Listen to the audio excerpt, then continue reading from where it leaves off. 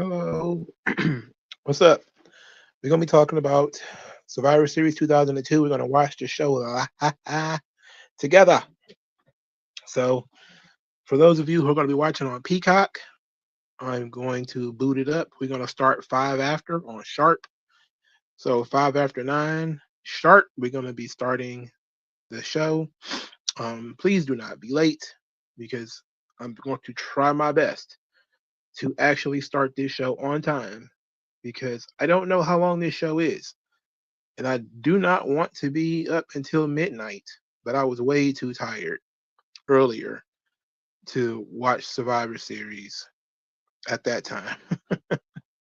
I would have started it at 8, but I was entirely too tired at the time. I had just gotten off the exercise bike.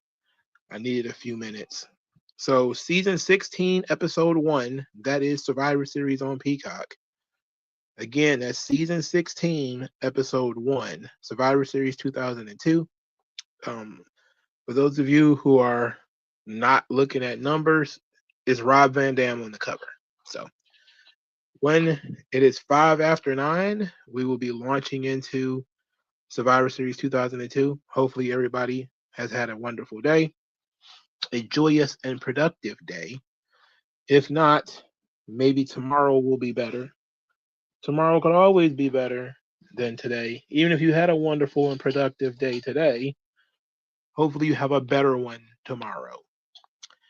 So, WG Phil, he reminded me because we had to do a watch along, and next week is Thanksgiving.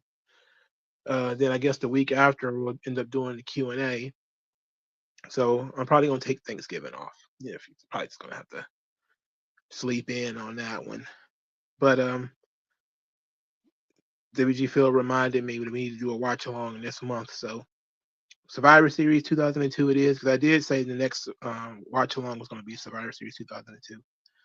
I do want to do some other kind of event next time, probably a TNA pay-per-view that is going to be on YouTube or something like that. Virgo Rebel Penguin, hello, hello. Hello to everybody that is watching. And I want to do a different one. Probably not going to do a WWE event next time because it's December, so we'll probably do Starcade. So next year next December we'll probably do Starcade as the pay-per-view we will be looking at.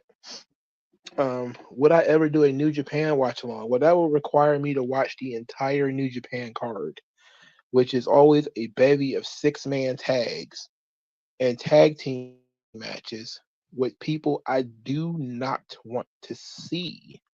I could do a match commentary for New Japan. That might be fine. But an entire watch along for an entire New Japan show? Ooh, I don't know about that. I don't know about that. Maybe not. Starcade 97, or maybe Starcade 98, or maybe Starcade 95. Or I think most of the Starcades before 95. Well, most of the 90s Starcades aren't that good because that's when they had like the 2 belts and everything. And those were not good days. Those were not the best days. But like the 80s Starcades, maybe Starcade 86, maybe Starcade 88, that could be good. AJ3 says, "Don't you can barely keep up with any of the stuff. Plus, you don't even know what you're saying." Yeah, I mean the well, you can get some of the Japanese shows with the English dub, but I'm not interested in the whole Japanese show really. I've tried, and I back when everybody was on the New Japan boom, I tried it. I couldn't get into it, so I'm not even going to attempt that New Japan garbage. I just can't do it. But if somebody wants to watch a specific match, just tell me, put it in the Discord, and we could probably do a match commentary over it. We can watch it, I guess. Well, I'll probably watch it individually and do a match commentary rather than do a live stream on it. And hopefully, it's something I can get a hold of without needing a New Japan account, because I certainly do not have one of those. We got 1 minute, and then we're going to be getting into Survivor Series. Hopefully, everybody is ready. We could do old ECW pay-per-views if you would like. I do not know who Susan Smith is. So we'll talk about that. We could talk about Denzel during the intro. Or a matter of fact, we can discuss that. Yeah, we'll discuss it during the show. I'm pretty sure there's going to be some kind of lull in the show where we can talk about those kinds of things. So stick around. There should be about 15 to 20 seconds left before we all get ready to press play. Again, 5 after. As soon as it's 9:05 here in Detroit, I will be hitting play. So there should be at about maybe 10 more seconds. I'm looking at both. Well, it's 9:05. So let's get into it. Press play. And Survivor Series 2002. I had to go back and watch this show as I had stopped watching wrestling. The video package at the beginning shows Brock, Undertaker. Hell in a Cell was one of my favorite matches of all time. It remains one of my favorite matches of all time. And I don't watch it as much as I should. And I don't think it gets enough credit as being a classic Hell in a Cell match. Am I thrilled about Big Show and Brock Lesnar? No, not thrilled about that. I haven't seen this entire show in a while, but of course I've seen it. I haven't looked at the card either. I just know the Elimination Chamber matches on this show.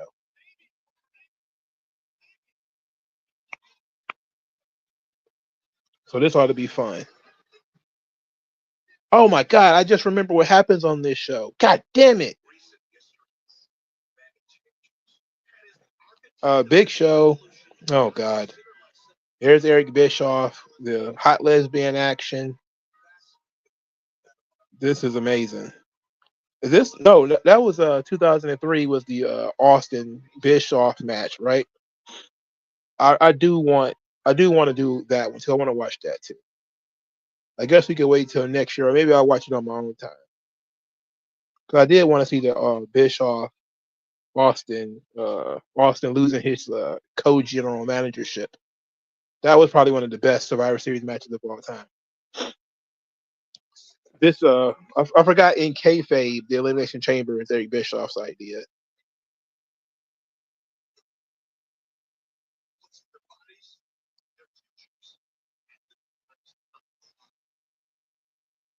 I wish the Elimination Chamber was still at Survivor Series, if we're being honest.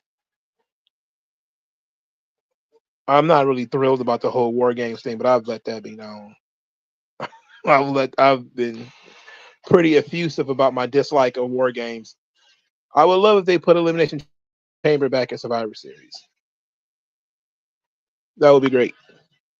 And then you could rebrand War Games to No Way Out and then put No Way Out in February again. Like it used to be in the good old days. But you know what? It's fine. Leave it like it is. That's the old school chamber before they put all that bullshit padding in it. This is going to be great. JR, there's signs. People are excited.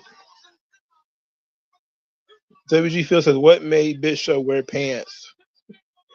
I'm glad he was wearing pants. Hell.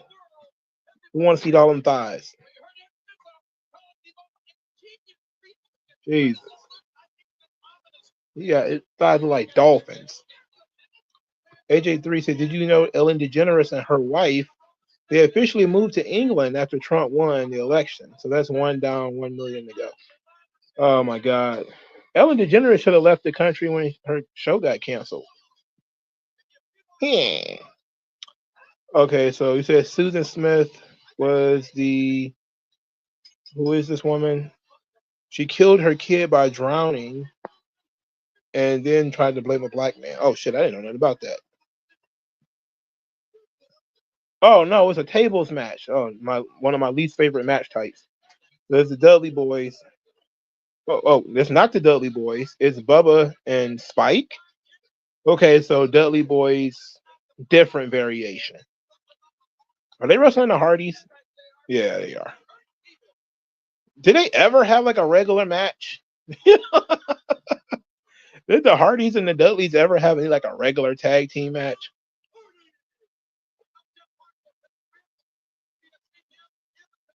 Everybody loves Jeff Hardy. Oh, look at this glow in the dark shit he got going on here. Jeff off it. Look at him. You know he gone. That's main event material right there, brother.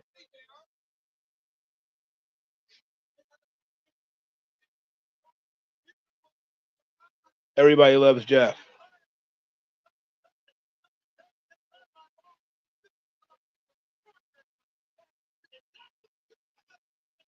Oh yeah, Scott Steiner is going to debut here. Huh. Interesting. Oh. Ellen is a B word and a tyrant. Good riddance. Yeah, I think she got ran off TV by people trying to expose. Wait a minute, what is this? These are their opponents? Wait a minute, so Jeff is on teams with Devon, not Devon, but Bubba Ray and Spike? Oh my goodness. All right. This is weird. Okay.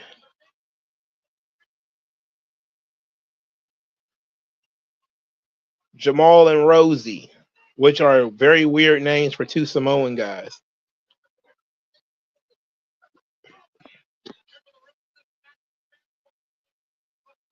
Proto Umaga. Before he was Umaga, he was Jamal. The Samoans stay Negro coded as usual. They look like Big Pun. Two big puns up. It's 2002 as well.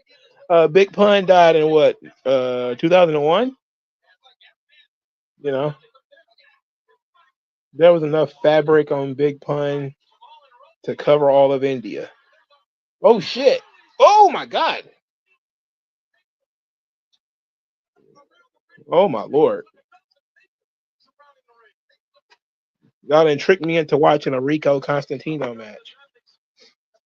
Virgo says that it was a Rosewood current day. Oh yeah, the lady who lied about the man. It's amazing how many people they lie on black males, right? They get away with it. Jesse Smollett got away with it too. Oh Lord.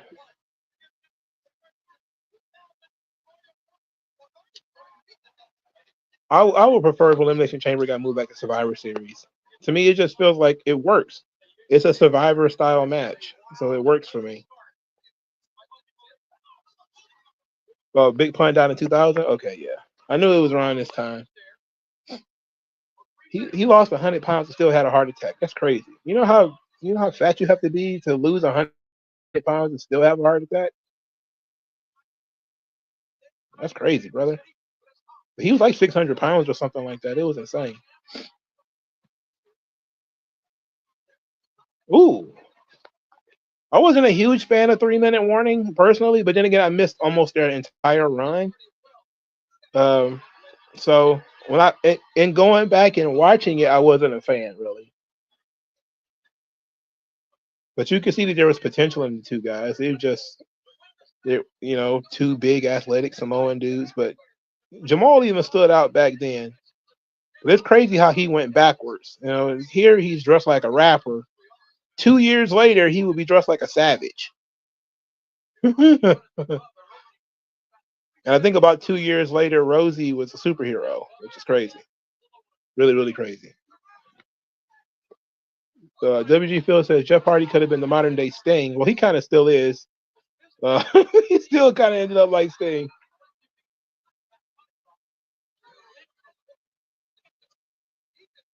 R.I.P. to both Umaga and Jamal. Well, Jamal is Umaga. You mean Rosie?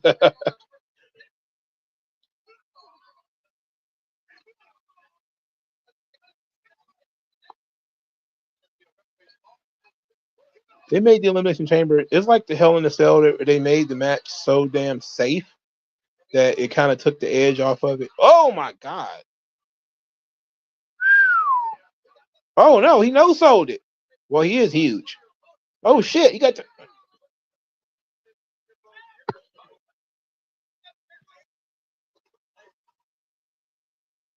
Rosie's a big motherfucker, man. That's a big guy. Oh, he didn't catch Jeff though. Poor Jeff.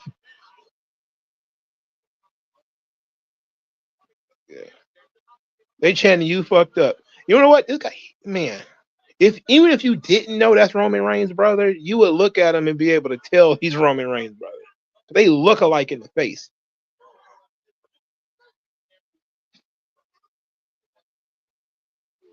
He looks like Roman Reigns in a fat suit. I don't understand. Somebody had Rico on their television. Oh yeah, it was AEW. I was supposed to say somebody had Rico on their TV show recently, and it was all bad. And here he is. And then I had to listen to Jim Cornette talk about how great Rico is, and how he's a police officer and all this other horse shit. Like, look, man, I don't care. He thinks everybody from OVW was great, except the guys that Vince actually pushed and ended up being great. Ow! Oh. Leave it to Spike to take the sick bump. Face first through the table. Jesus Christ.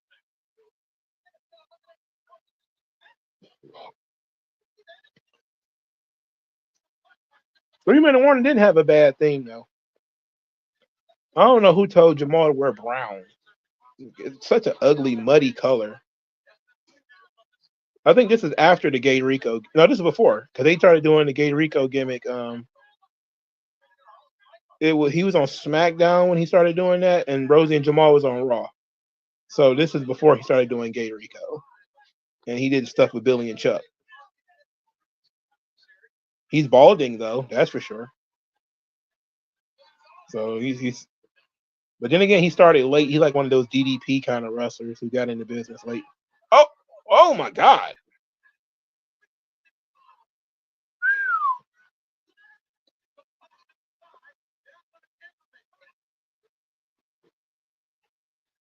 Jeff Hardy wearing these painter's pants. This joint is hilarious. But that was smart. That was very smart. I like that. Oh, nice kick by Rico. That was pretty good. Yeah, he's wearing the ugliest brown he can find. It's muddy. It's disgusting. And this dude is wearing camouflage shorts. Jesus Christ. Bubba was just, he didn't know what he was doing. I saw Rico on American Gladiators, actually. I watched that episode of American Gladiators when he was on there. And it was funny. It was entertaining. But that goes to show how old he was. He was a season 1 American Gladiators contestant.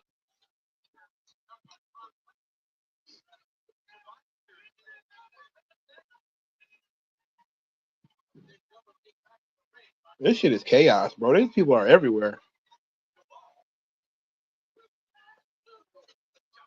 I'm not used to Bubba being this small either. Bubba usually fat as fuck. He's just kind of chunky here. Oh my goodness.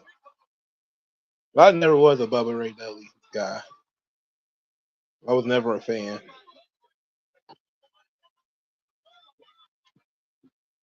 No, I think DDP was gone by this time. He wrestled at WrestleMania though, but I don't think he was still there.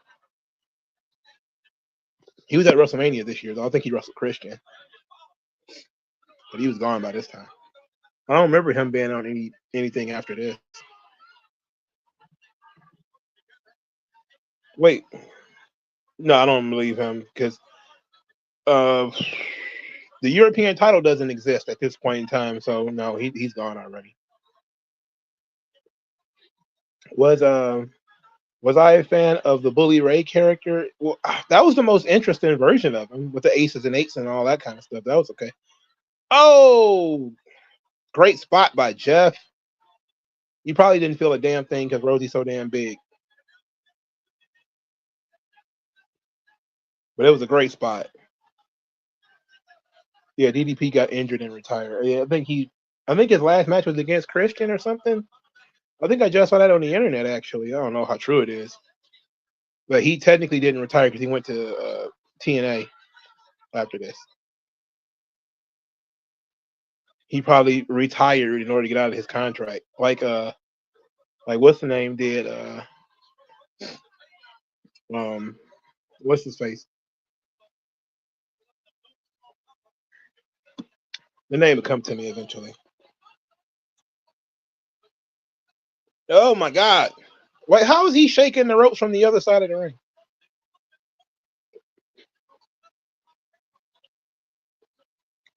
I don't believe Tony Storm's retirement is real, by the way. It's a work. He moved the table, which would have been a cushion, and they let him eat the ring because he wanted them to keep him in the match. But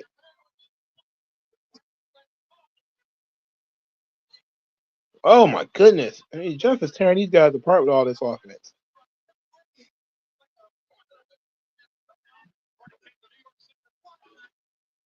Yeah, I heard that story. He told the story about Bully Ray told the story about, Vince not wanting to do the bully thing because of the Be a Star stuff. I also think that once Vince has a version of you in his head, he was not willing to change it, and he had to be convinced, that especially since this guy was going to end up being a solo act, he probably wasn't about that. And plus, he already tried. Oh, Jeff slipping all over the place. Does that count? I don't think so.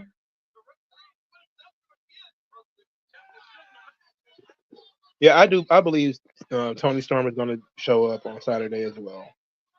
She may show up as a different version of herself, but she's gonna show up again because she's really just getting into the beginning of her star power. I mean, retire for what? Now is her opportunity to make all the money in the business. She got a character that works. Why would she retire now? Oh, Jamal tired of the motherfucker. I can see. I feel you, big boy. Yeah, he let the broken Matt Hardy gimmick happen, but there was a lot of it was oh my goodness. That was great. That was great. He got some air on that one. But he put a lot of he changed it a little bit. He didn't give him enough. Part of what made Broken Matt work was the freedom that he had in TNA. And it wasn't going to work in WWE, but it was interesting to see that he actually got it done.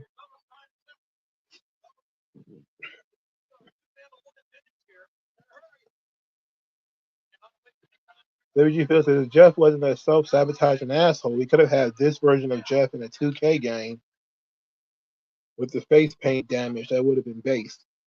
Yeah, I mean, it would have been great. He'd got a great match out of Roman Reigns too. I heard that he was supposed to end up wrestling Roman at Royal Rumble, but ended up giving it to Seth Rollins because Jeff, pulled some strings to get himself out of the company, get himself fired rather, so he can go be with his bro in AEW, and that didn't work.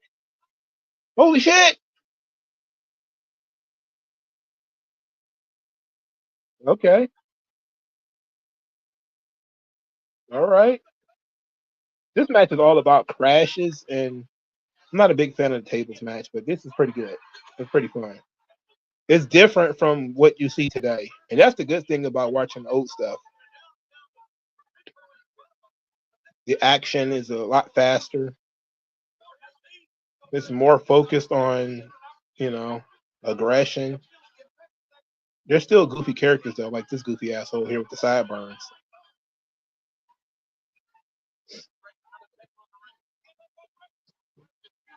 How many referees do they got out here? It's like the fourth different referee I've seen.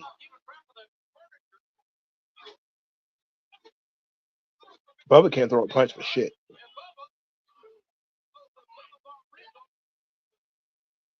Ooh. Nice belly to belly suplex there.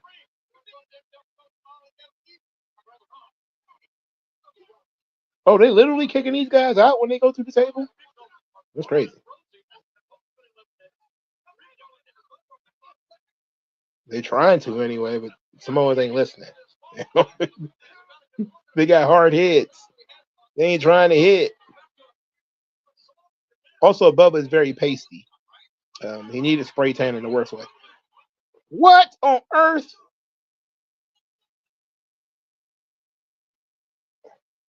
And the crowd just goes crazy because it's WWE and it don't need to make sense. He was already, he was Reverend Devon at this time, and now he's just back because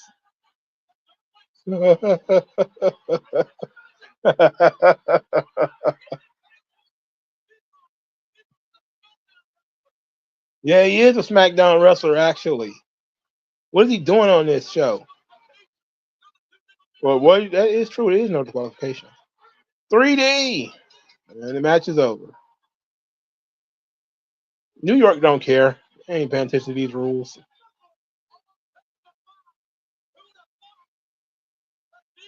But yeah, the Fade was pushing it back then.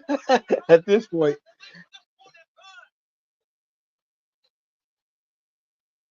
they just put the W Boys back together because fuck it.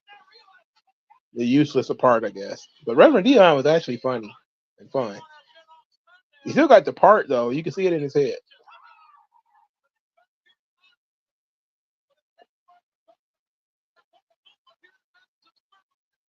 I mean, the kayfabe, they're still half brothers. This is 2002. I think Edge and Christian are still brothers at this point, right?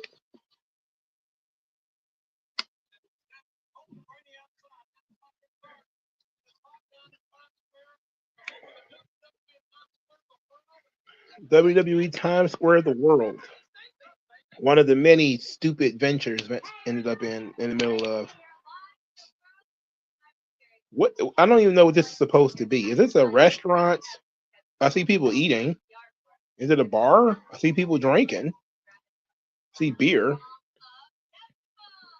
Oh no, Stacy Keeper. I know this is like 2002, but I think they're still brothers in 2002. They didn't become like best friends until later. It's saliva.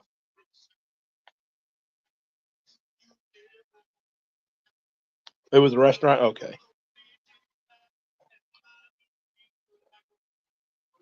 Look how many rings this guy on.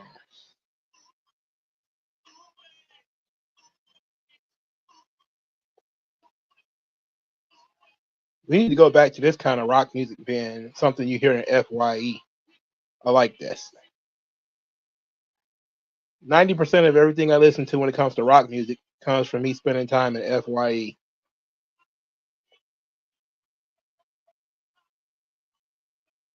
It's so depressing, but it's good. It's really good shit.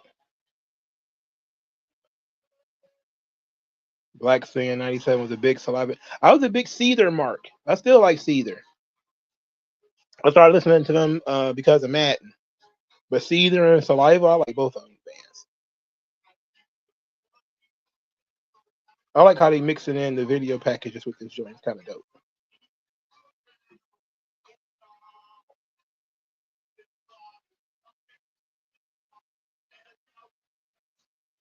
The spiky hair. This is like what the kids say. This is back when white people were white people, and they were like an anomaly to folks like us. And then Mac Miller happened, and all the white boys started talking like Negroes.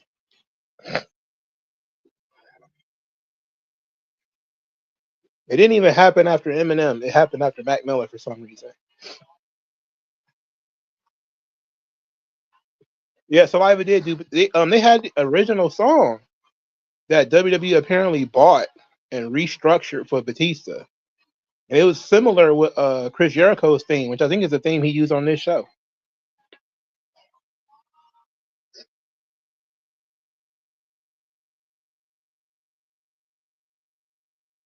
They all look like vampires. This is back when white folks was white folks.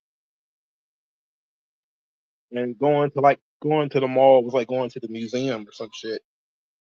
I almost never saw white people out in the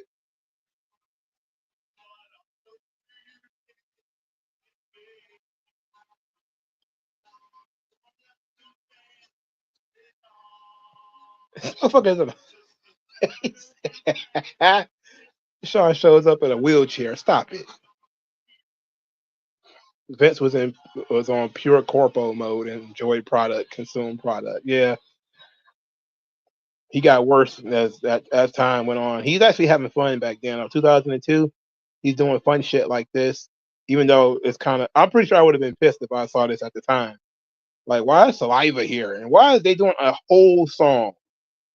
But at the same time, Saliva, I was having fun with it. It was okay. Can't be mad at it. But these are random rings that he get from Spencer's Gifts today. They're like skulls and snakes and shit. Again, back when white people were fun, before they became off-brand Negroes. You even got that white dude with dreadlocks back there. You know what would happen today if a white man showed up with dreadlocks? Remember they gave Bray Wyatt a big old conversation because he was a white man with dreadlocks. I was like, what on earth? Why would have to have so much think pieces? I feel like WWE kept Saliva alive. Because as soon as WWE stopped using them, I didn't see Saliva anymore. Like to say 97 says, fun fact, Batista said when he came back in 2004, he wanted RZA from the Wu to add lyrics to the song, but WWE said no. Oh my God, RZA can't rap. You should have just had RZA redo the song, do a whole new song. RZA can't rap for shit. I'd have turned that one down too. Why mess with the classic? Oh my God, Taz. Oh, Taz. You got Cruiserweight up, Nidian and Jamie Noble. Is this Rich, Nidian, and Jamie Noble? Not yet. You're not rich yet. Okay.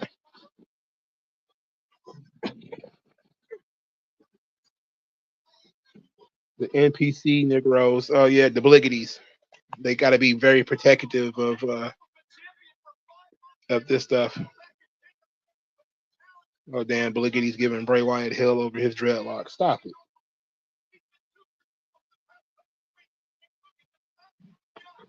Oh my God, Billy Kidman is still wrestling around this time? Oh my goodness. That's crazy. You know how weird it is for me to see Kidman in a WWE ring?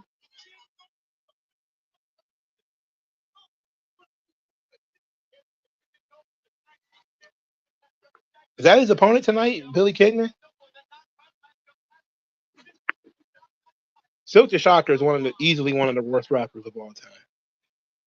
It is Kidman.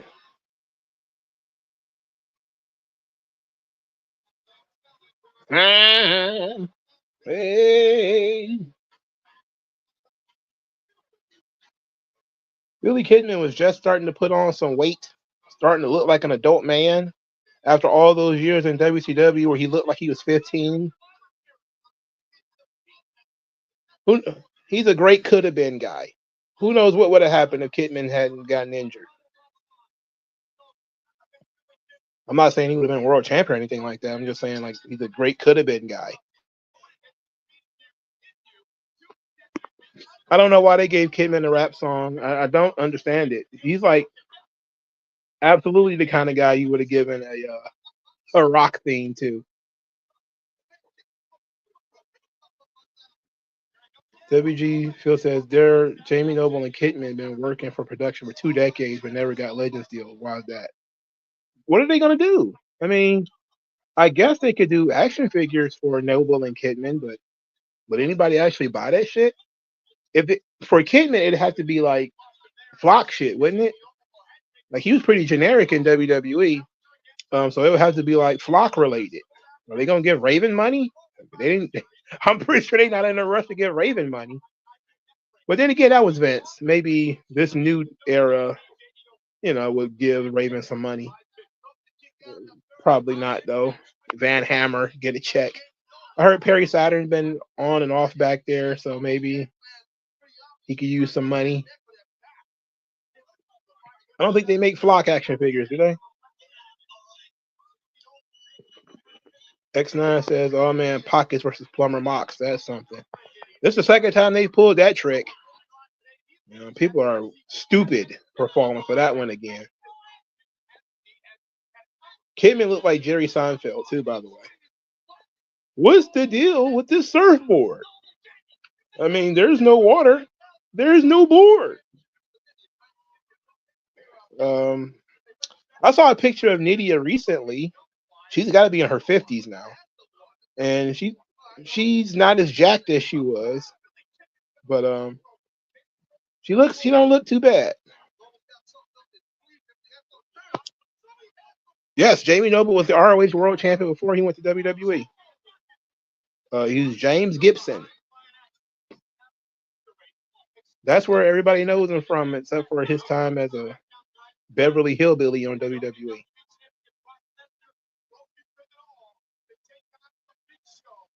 A lot of the Ruthless Aggression era guys don't get, a lot of stuff. Like, why not make like a Mr. Kennedy action figure? That could be fun. AJ3 says Kidman would have been Santino IC champion role. I don't know if he'd have been that kind of character. He'd probably been a very bland Intercontinental champion, a bland United States champion kind of guy, which would have been nice. But it'd have been better than being in the cruiserweight division. Like, he spent his entire career as a cruiserweight. That sucks. He did beat Hulk Hogan, though. Nobody gives a fuck about that, but he did. He did pin Hulk Hogan. It happened.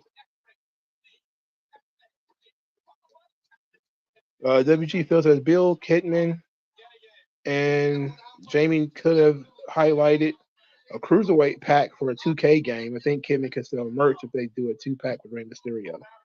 Or they do a 2-pack with Tori Wilson. But see how that works out. Man, see how that works out.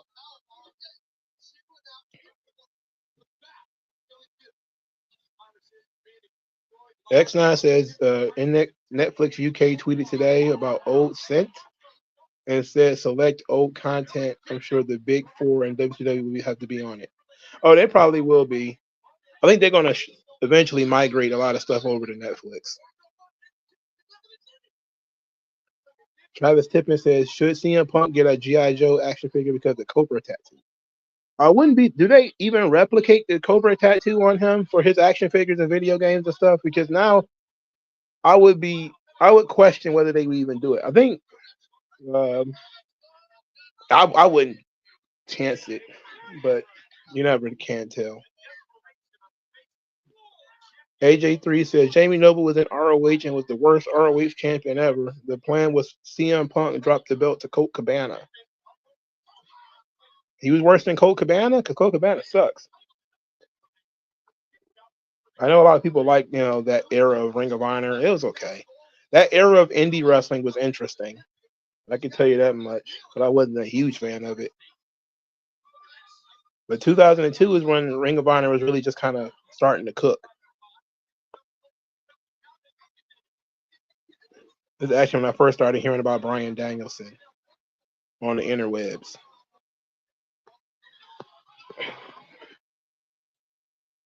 Oh, nice Sky High there by Kidman. These two are not taking a breath.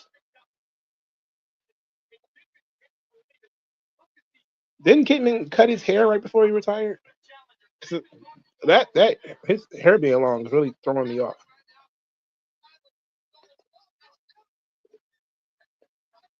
X9 says 2002 and 1996 are the best year in WWE. I love 96. I really do. And 2002 is objectively the best. Best WrestleMania, best SummerSlam, best Survivor Series. Not a strong Rumble, though. I'll say that. The Rumble wasn't that strong that year.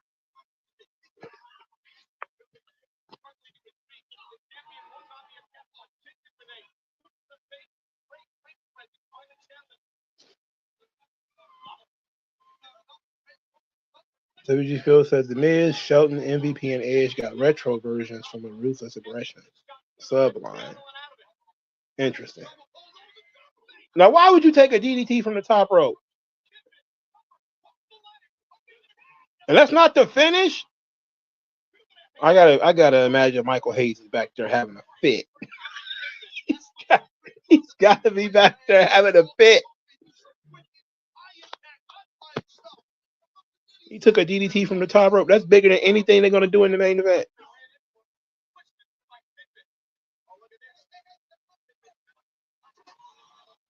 Oh, that was nice. A hanging DDT.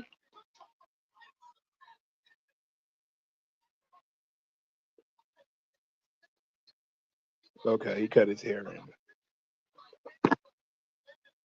These dudes just doing moves to each other. What the fuck? And they going a mile a minute, which is actually making it very entertaining. They're maximizing their minutes. But you're not seeing a lot of personality between these two guys. They're just doing shit to each other.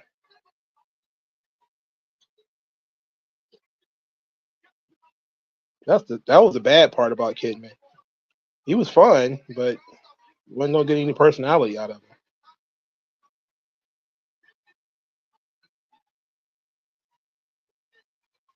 Oh, shooting star press. Got him. New cruiserweight champion.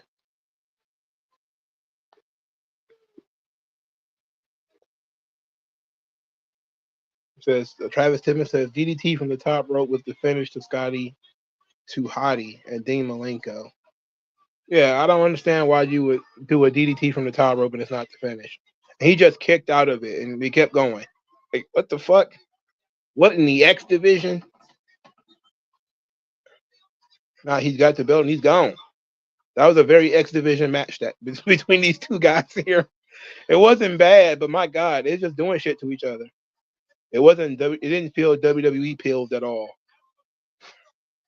So I guess it's not bad, but it certainly fits more on Impact than a WWE show. You didn't even get the character of Jamie Noble in this match, really.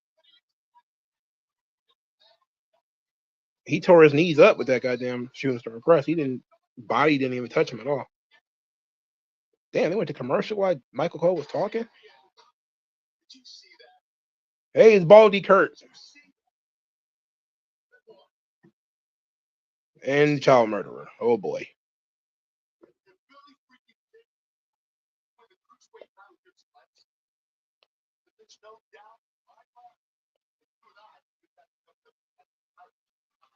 Uh-oh. What is shirt? Put a little Smackdown on it. Benoit doesn't even have his own merchandise.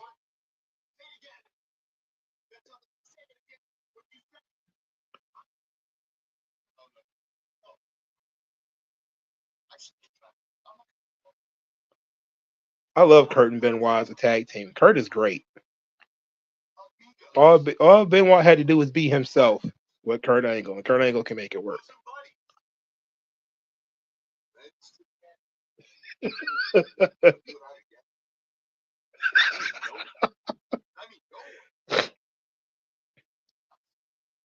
They were a great team.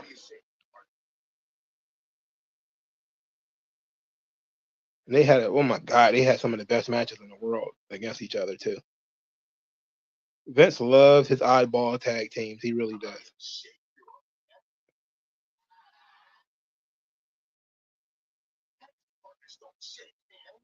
We got Benoit making his fist.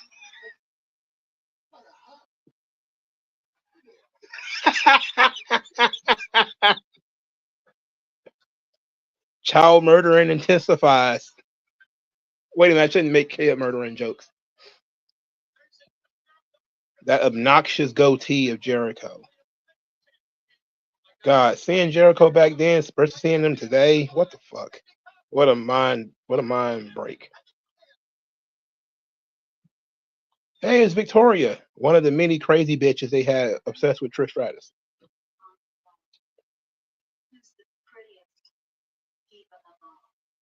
That was like a recurring thing with Trish Stratus. Is all her opponents were crazy bitches.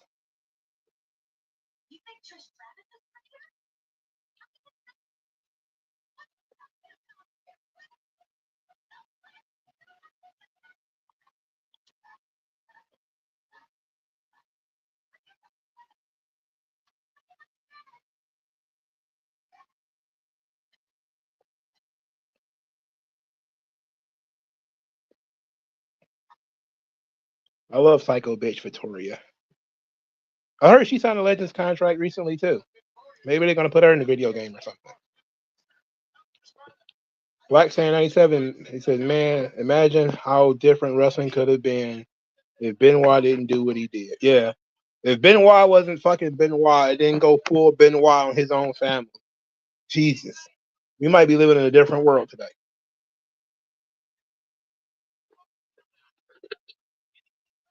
Yeah, he just wrestling random Japanese guys. I mean, he's gonna wrestle any guy named Fujimito or some dumb shit.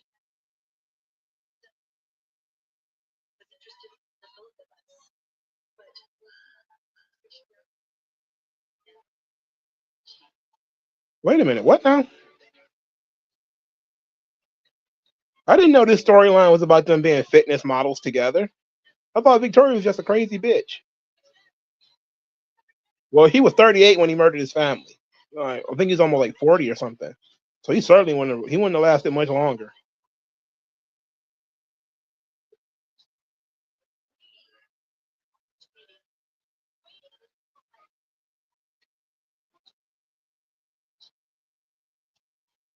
You know how mad you got to be at somebody to hit them with the chair upside down? Damn, she threw a water bottle. She launched that water bottle too.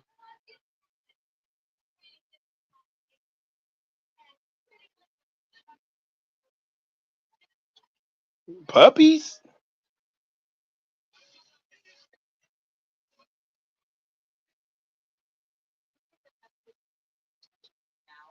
Is Victoria one of these young ladies that let her vagina get her in a lot of trouble? Because it seems like it. It seems like that's a recurring theme in WWE. These young ladies get out there and their vaginas get them in a lot of trouble. Mickey James had that problem. Oddly enough, she was also a crazy bitch who wanted to fight Trish Stratus. This is not my favorite Victoria theme song. This must have been before she got her cool theme.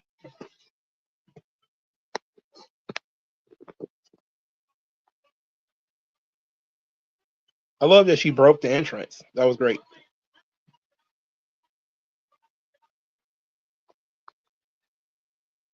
Back when JR didn't hate himself. What do you mean? Why would he hate himself? He was a good old boy.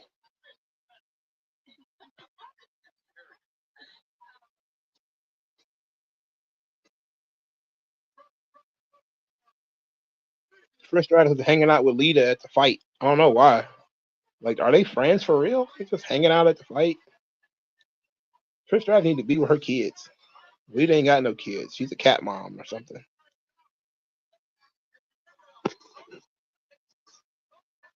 No, Undertaker is still selling Hell in a Cell. He's not on this show, as far as I know. Najee says his brain would have exploded months later, or his heart would have. All the HGH he was on.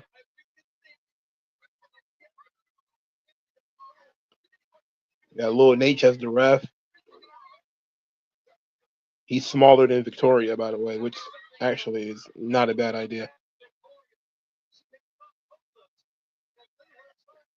This is Proto Divas era, so this is before the Divas era, and they got a women's hardcore match of some description here. I forgot what kind of match this is already. Yes, sir. Big Show versus Brock.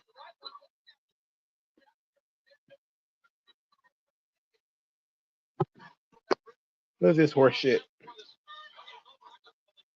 They really got a broom in this match, though. So look at the look at the look at the musculature of Victoria. She's being very gentle in there too. You can look at her and tell. Vince was dead set on Trish being the star of this whole deal. Victoria was great though, and she played her role very well. Oh gosh, she's hanging her. This is a lynching. You can't do this. You can't lynch blondes. Oh, excellent bump there from Victoria.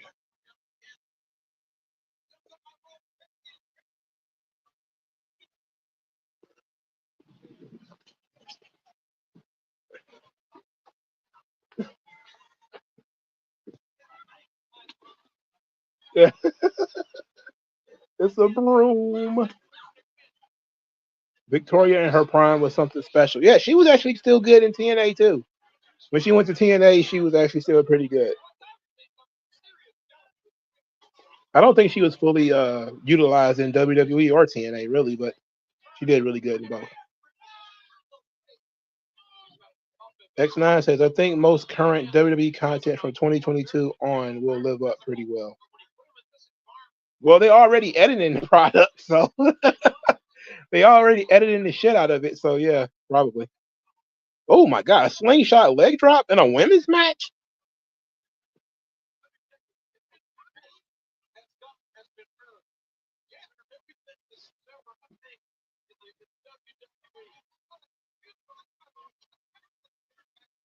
That was an ugly slingshot too, by the way. It looked less safe than it should have been, but that's the beauty of it. Sometimes you do shit and it don't look great. This is before everybody started to do Bob the Builder shit, and I can't stand it. It ruined every kind of match. Because we got to stack tables on top of each other and put shit everywhere. Uh-oh. Oh, slingshot right into the trash can. That was pretty good. TN Pyro, you should always go back and watch Ruthless Aggression. Oh, no. She kicked it. Go back and watch Ruthless Aggression era stuff. Not Raw, though. Raw sucks. But the pay-per-views were great. Even the single brand pay-per-views were fun. Because you never know who's going to show up on there. It ain't always going to be, like, good matches, but the angles and shit are over the top. And Ruthless Aggression era was, like, the last time they really did over-the-top stuff. Like, over-the-top stuff today was, like, 2020 when Rey Mysterio got murdered by getting thrown off the Titan Towers. Like, that rules, you know? We don't do crazy shit in Triple H's WWE, though. Like, Roman getting covered in dog food. I know much people hate that angle. That was some crazy shit that Vince liked to do. Shit like that stands out, and people don't understand it. Like, one of my whole things is, what are you going to remember from any of this stuff? This supposed to be some kind of huge boom period. Like, what are you going to remember? What angles are you going to remember from this thing? It's all going to be Bloodline shit. Bloodline promos. Oh, my God.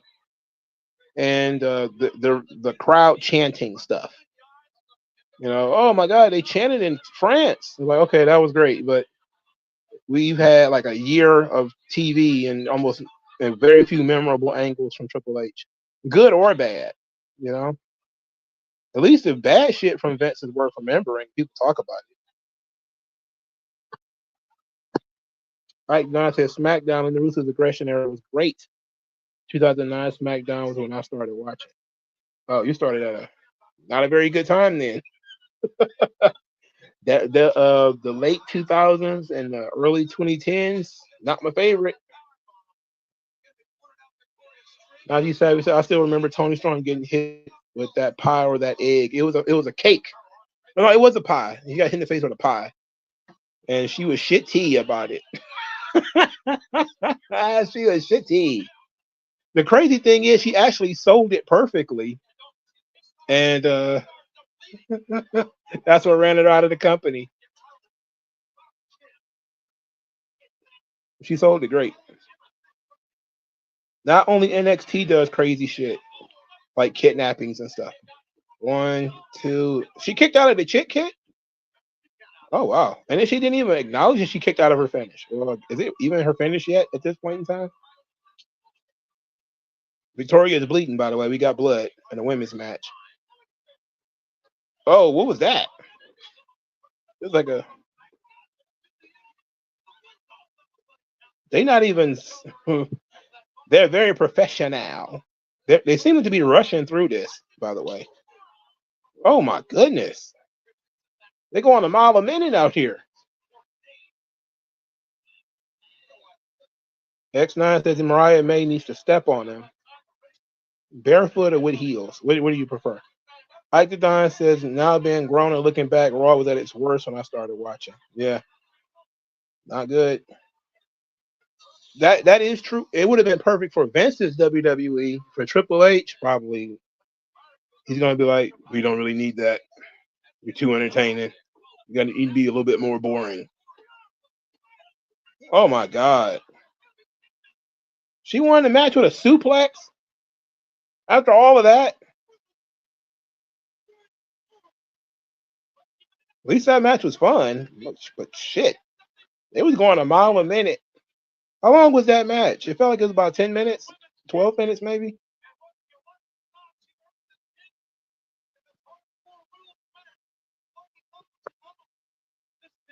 That song sucks.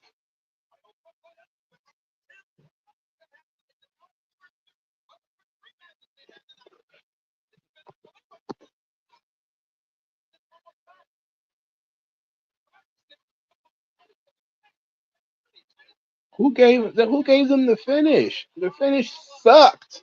It's a snap suplex. This finish sucks. Who, who gave them that finish? I know Pat didn't do this.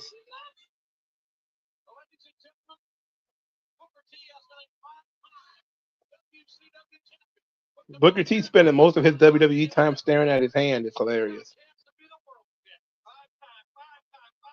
Now you shadow boxing. Okay. Very. That's a great improvement from bouncing around staring at your hand.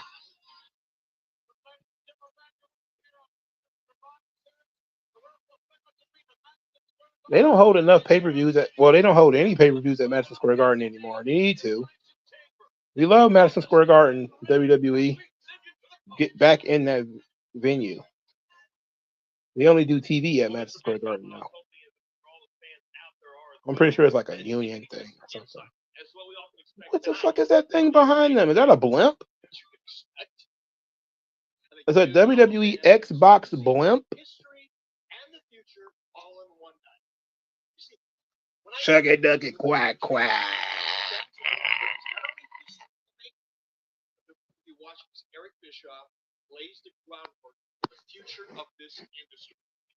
Congratulations, you did a great job too, brother. Ike the Don says, who's your greatest Survivor Series team? Mine is Team WWF 2001. Oh my God, Warrior, Legion of Doom, Texas Tornado, easy, right off the top of my head. That's my favorite Survivor Series team of all time. I love them so much. All the drugs. I'm surprised anybody survived that. You know how much partying those guys had to do after that match? I really wish they did more shows in Madison Square Garden. WrestleMania took a huge hit when they stopped doing MSG. Oh, Brock with the baldy. I'm not a fan. I know he's not baldy. That's his regular Brock Lesnar haircut.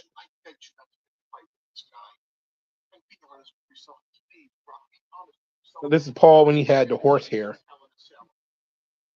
Paul been balding since '93, and this is since '89 maybe. He's still carrying it on here.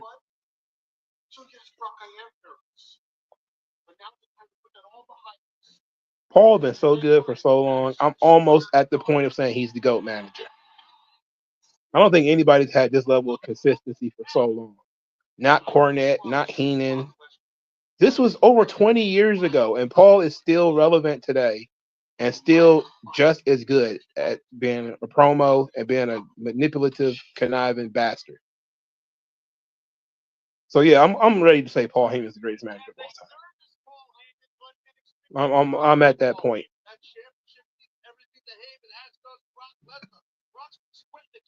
Has anybody ever done it for so long? Oh my God! I'm pretty sure this match is not about to be long though. I don't remember this match being long, so let's all say a prayer because this bum ass Big Show is this thing is about to occur. Vince is about to piss all over his title.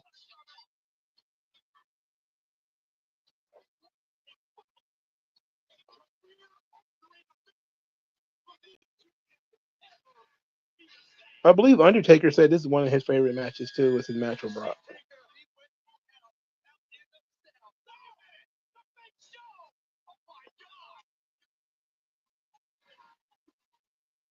This is the second time he made the fatal mistake of giving Big Show the belt. He did it in '99 too. It was the shits. Thankfully, I had stopped watching by that point in time, and I just peeked back in every once in a while. I was like, "Oh my god, this fat sack of shit is the champion. He's the heavyweight champion of the world. Get the fuck out of here."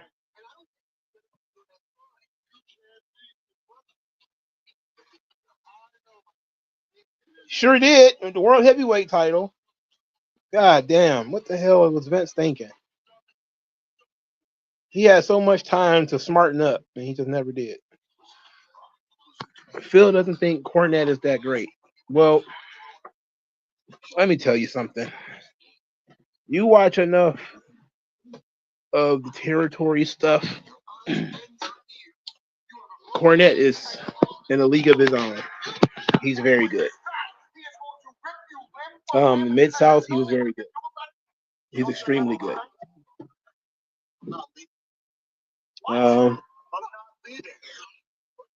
So I will, but a lot of his stuff was before a lot of people's time. That's like talking about Gary Hart. Gary Hart was also very good. Like Gary Hart was one of those guys that you kind of had to be there, or you have to, go back and look at a lot of that material.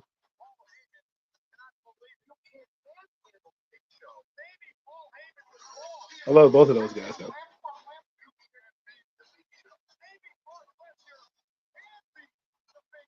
I'm disgusted. The Undertaker put over Brock just so Brock can lose to the Big Show. What the fuck was he thinking? This feels like somebody's daughter talked Vince into this. He must have been on a bender.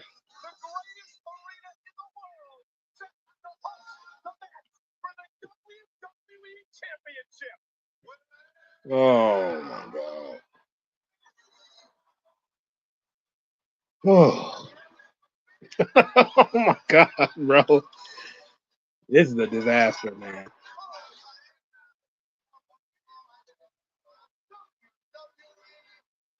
Oh.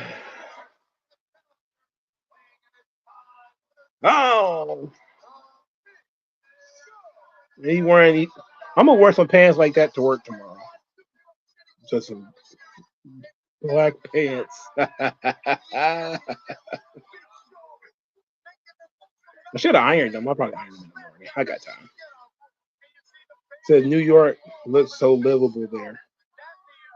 I spent 4 hours in New York. I felt smothered. I couldn't stand it.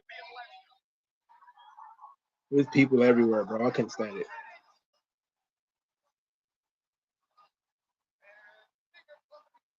And plus, it stinks. And I was told that was New Jersey I was smelling. And then I went to New Jersey and I was like, you're right.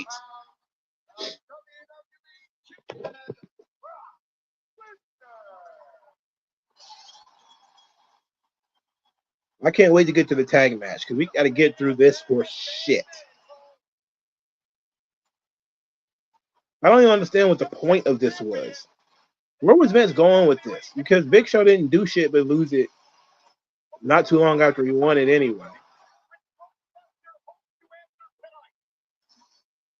But it seemed like the point was to turn Brock babyface.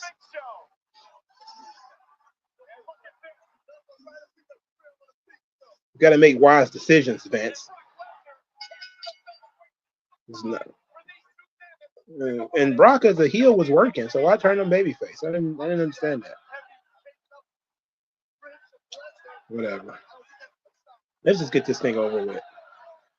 I miss Brock not having that gigantic dick on his chest. I love it.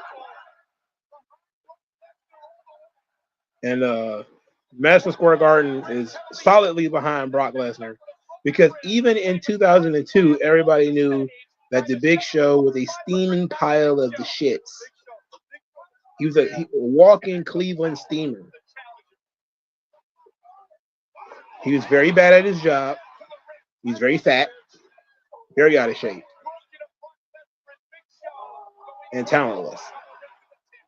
Being tall is not a talent. Damn, he punching the shit out of Big Show. One thing about Brock is he's very strong, so he can move Big Show big ass around. He probably can't move him, he'd move him more than any other people could.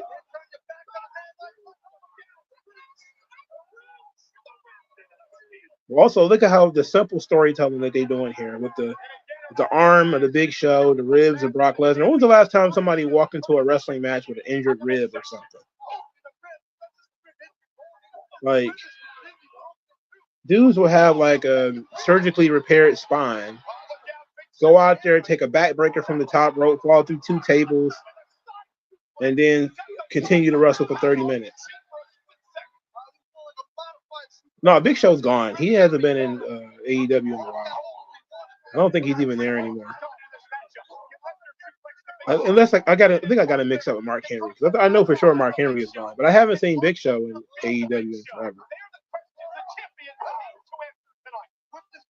Since they got rid of Dark. Ooh, shit. Great suplex there. That was amazing.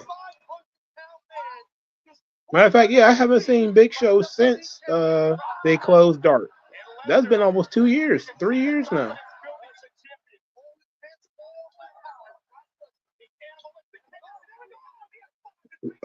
I'm pretty sure Tony Khan, not Tony Khan, somebody's got to be walking around, Big Show back there like, what exactly do you do here? Ooh, that was tremendous. Oh, that was tremendous. A little help from Big Show, so that was good. They're still trying to get Captain and say, that doesn't matter. It's that shit in a red, white, and blue bag.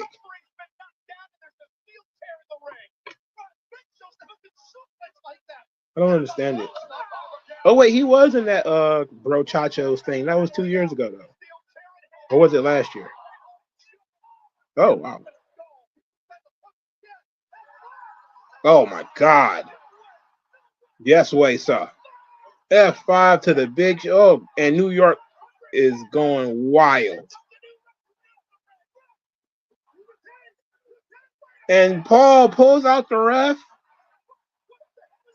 exposing his bald spot. You don't want to see anyone to see that. It's like a luchador being seen without his mask. Paul's hat fell off. He almost covered his head. Like, Paul, you've been bald since like 90, bro. Forget it.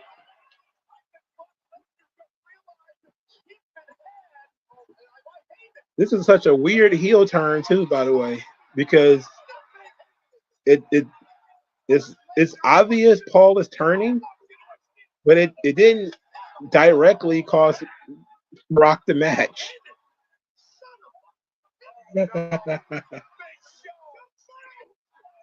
Chokeslam on a chair. Oh, New York's hitting on this. I agree with you, New York. This is garbage. This is a travesty. This is a miscarriage of justice. What was the obsession with putting Paul and Big Show together? They did this. This is the first time they did this. They did it again a few years later.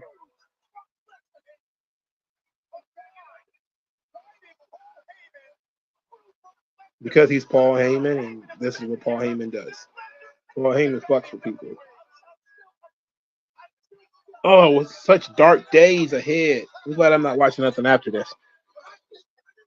If I was a competent YouTuber, I would do like a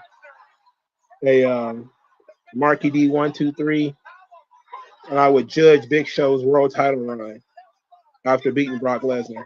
I'm pretty sure it's like a handful of matches, and they're probably all very bad. And the angle was probably very bad too. X9 says hologram without a mask would be NPC from GTA Online. Well, he would just be a random Mexican guy. That's all Adam says. He's a Mexican dude.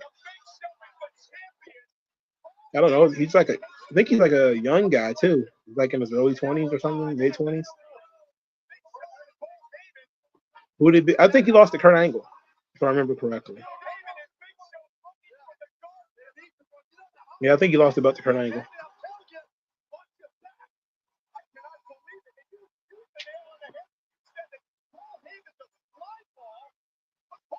Because Royal Rumble 2003, it was Angle and Benoit, if I remember correctly.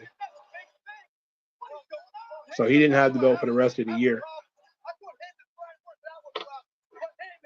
That's where they had that excellent Benoit and Angle match.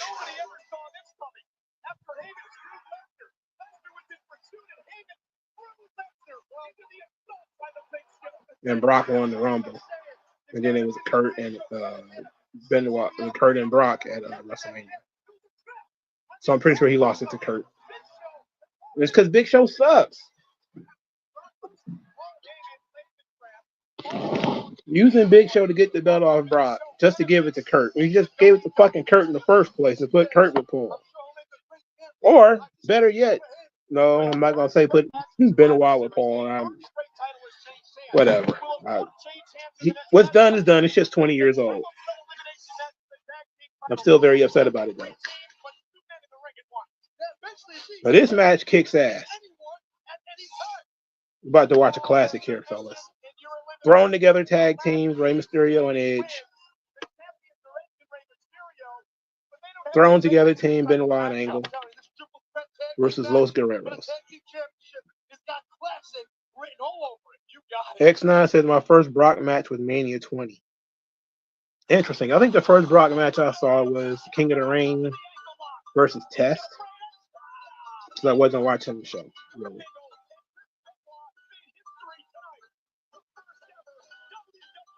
Brock had come and gone by the time I got back into wrestling.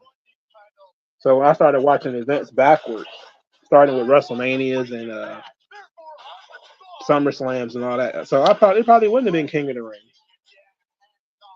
It probably would have been because I was buying random pay-per-views, but I was making sure to get the big 4 events.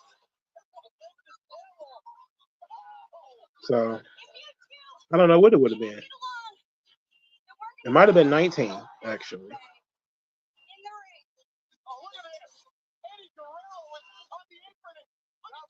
But I was familiar with them from the internet, though.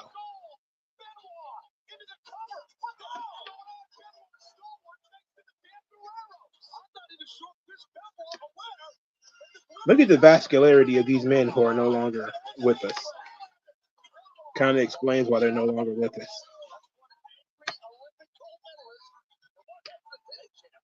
Well, all of these men look like professional wrestlers, with the exception of Chavo Guerrero, who looks like he does laundry.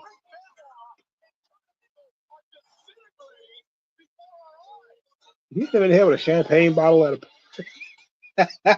a.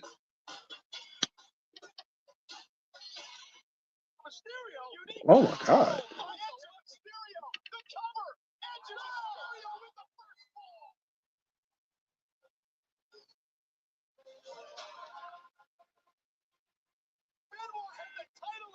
The smallest man in the match is the most active still today.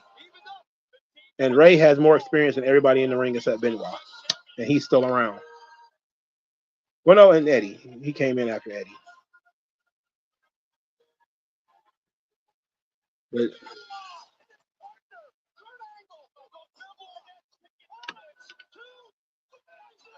all these dudes are gray beards now. Well, the ones that are still alive anyway. This was 20 years ago, so not a surprise. It will be a triple threat tag team match for the tag team championship, featuring Kurt Angle and Chris Benoit versus the Guerreros versus Edge and Rey Mysterio.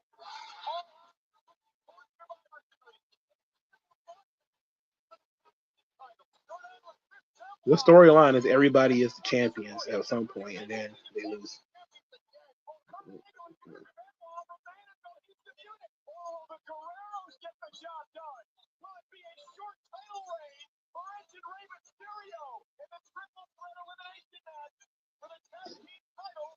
This thing about to kick ass.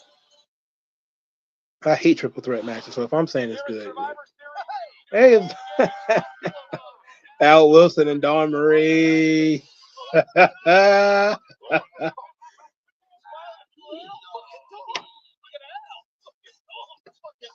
Just a few weeks later, Eddie will be one of the most over guys on the show.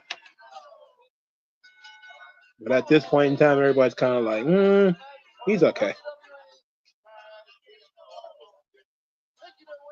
I think Royal Rumble was when it started, when him and Chavo broke up. And I think that's when Vince took the book from Paul.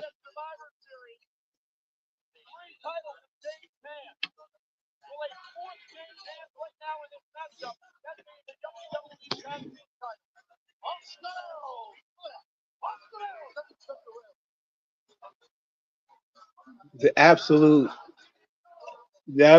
talent of Eddie to get Chavo a job that he doesn't deserve. I mean, he's serviceable, but my God. Nobody has ever said, man, I miss Chavo Guerrero.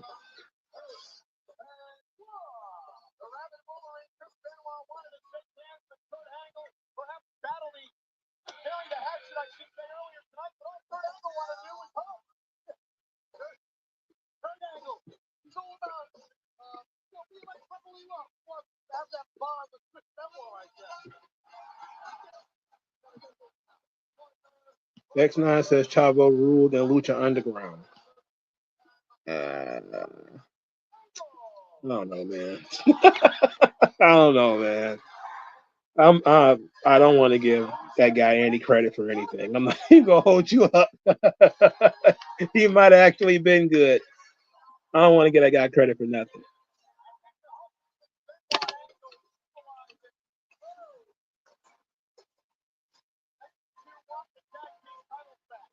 That's a weird place to put your pyro, way over there. Well, I guess you can't have to put it away from the crowd.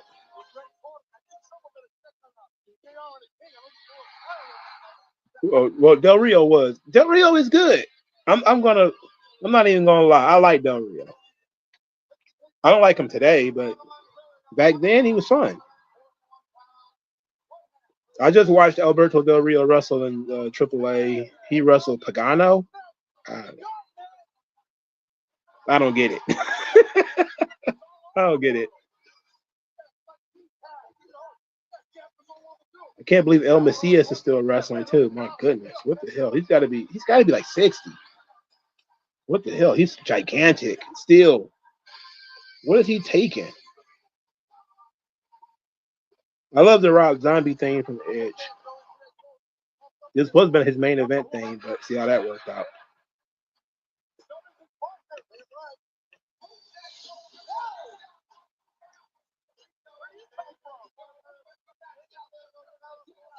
Rey Mysterio, his forays outside of the cruiserweight division.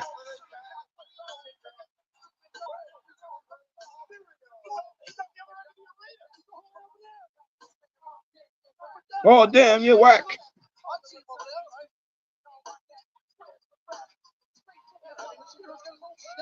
Ray is wearing ugly gear. Again, brown. Why is people wearing brown on this show?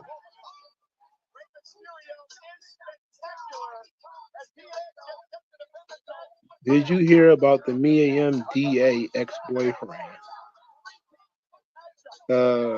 I heard that story a long time ago, but I don't know. Is there anything new about it? I think that's why her and Shelton Benjamin became friends, right? Because she was a domestic violence victim or something. Not Nan team decided to dress alike. Everybody decided that they're going to do their own thing. And Ray wore brown. What's he doing?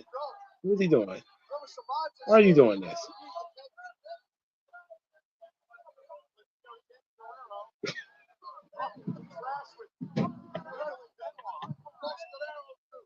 I didn't know there was a shocking number of people wearing brown on this show. I don't understand why.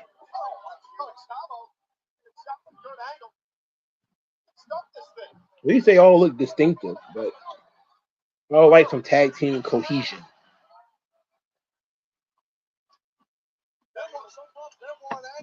He said Devontae did a video about it this morning. Was there like some kind of news story about it? Because I don't, as far as I know, it's just old stuff.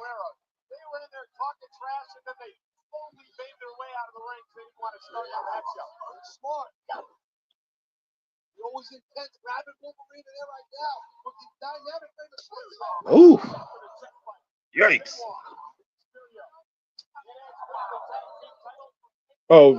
Vince giving the ECW title to Chavo was a fuck you to that company. No matter what you thought about Vince himself having it, at least Vince is over. You know, Lashley was over. I can't vouch for Jack Swagger, but I'm sorry, Ezekiel Jackson. But when he gave that belt to Chavo, everybody should have known what kind of game they were playing here. And then he lost it to Kane in 22 seconds or some shit. What a joke that was. That was humorous.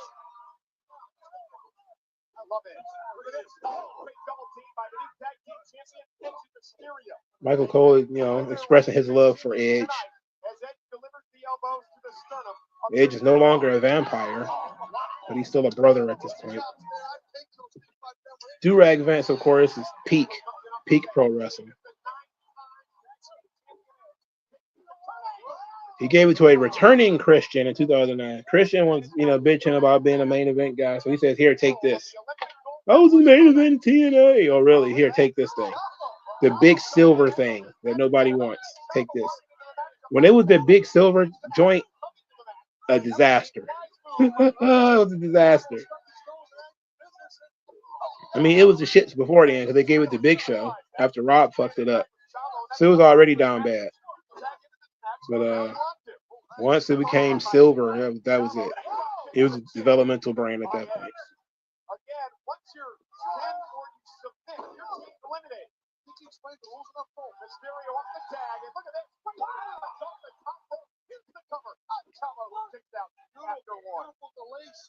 That Brown is so distracting. David, you feel that? Do you consider this Edge's peak 2006-2008 performance wise? Yes, because I actually got sick of Edge on like 2010. I was actually pro Edge until maybe 2010, 2011. When they started doing dumb shit like he loses title and win the title in the same night, I was like, yeah, I'm done with this guy.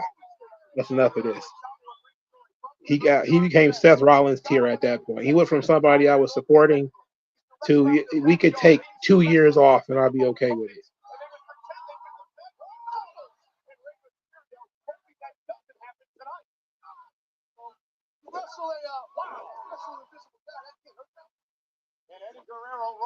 Look at how Eddie is, his performance. He's showing personality. He might be the first person in the last hour or so who actually showing something when he sells. He might be actually the only guy selling in the first hour of the fucking show. Everybody else taking DDTs from the top rope and kicking out.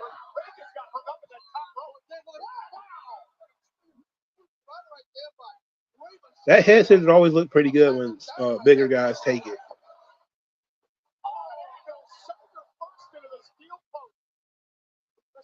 I'm pretty sure Christian winning the title in 2011 was the favorite to Edge. Uh-oh. Ooh. Chavo is the only person in this match that's not a star. That's why. It's I mean, you got 5 dragons in there, and then you got Chavo. I mean, shit. I love JBL. I love JBL as a commentator. I wish JBL was still on commentary. He's very good. I think Wade Barrett is a good commentator too. That was a stiff clothesline there, brother. Angle laid that bitch in.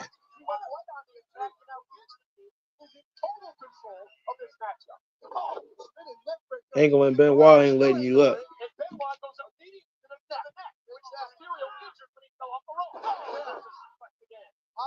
I don't think Edge needed to touch the belt after 2010, if we're being honest. Well, actually, maybe 2009, maybe. But he was like one of those, we got to put him in the main event kind of guys. I don't understand it. It felt like Edge is one of those dudes that kind of like Triple H, where he had to have the belt in order for whatever he does to matter.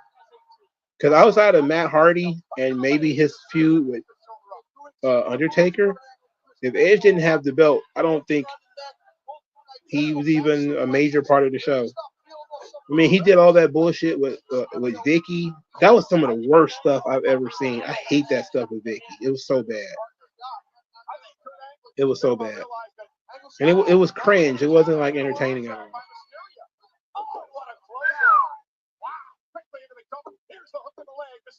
I enjoyed his comeback though. I thought his comeback was pretty good. Matches were too long though.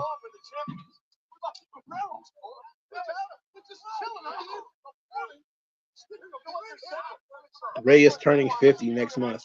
He's going to get some more stem cells for his birthday, I bet. He's going to be a fucking vampire. He's going to end up younger than Dominic eventually. F9 says, crazy in like 10 years from now, Johnny Gargano is going to help the younger people and ask them for advice. Man, it's going to shit going like Looney Tunes around there, man. I hope Johnny Gargano learns how to work at some point. So he'll have something to teach these kids. I fear that him and guys like him and CM Punk running NXT is going to be a fucking disaster, bro.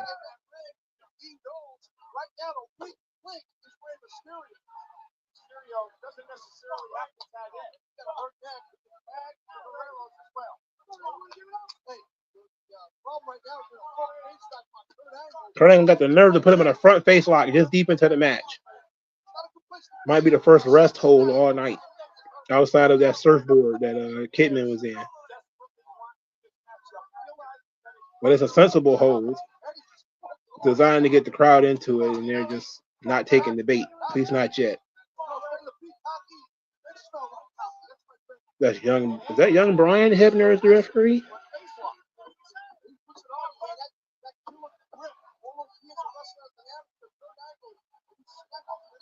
Damn, Ray is immobile in this position. Okay, you're finally starting to catch on. I see some people catching on. Do I think they're going to give the belt to Orton? No, they probably should though. He should probably beat Cody for it.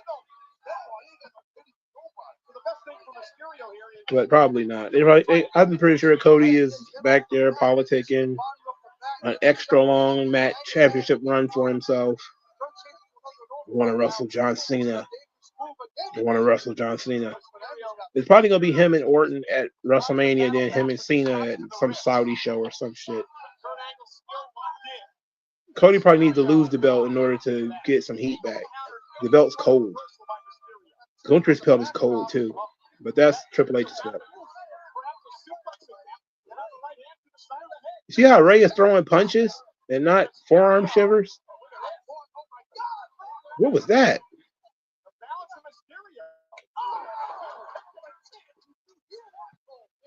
I like a spinning wheel kick. That's pretty good.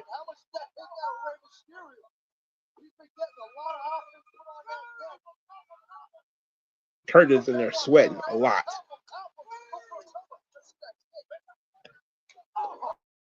X-Man says, why does Adam Cole look like a cancer patient? Why does Adam Cole's spray tan is always uneven? Like I just saw it on Twitter. He didn't use it on his hands. So his hands are pale, but everything from his wrist up is like yellowish orange or whatever. I don't.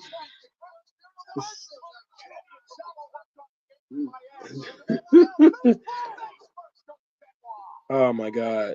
I'm just glad he's not on WWE acting like this. It's so unprofessional. Adam Cole is right now what Bischoff said Sting was.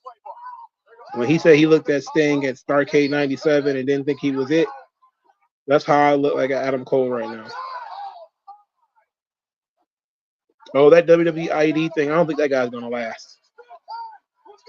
Yeah, I saw it, and I don't think that guy's going to last. Like, his entire gimmick is that he's like a flaming homo. He's like Effie.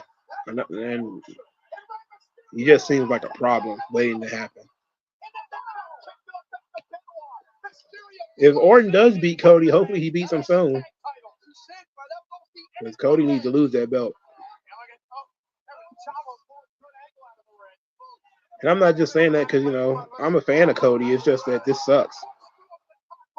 I wish he wasn't mixed in with fucking Kevin Owens. Here comes that suplex.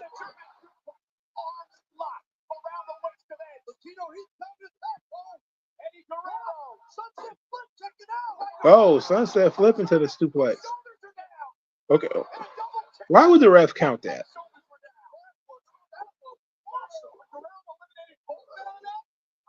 What do you mean eliminated? This match is elimination? Ah, what a bump.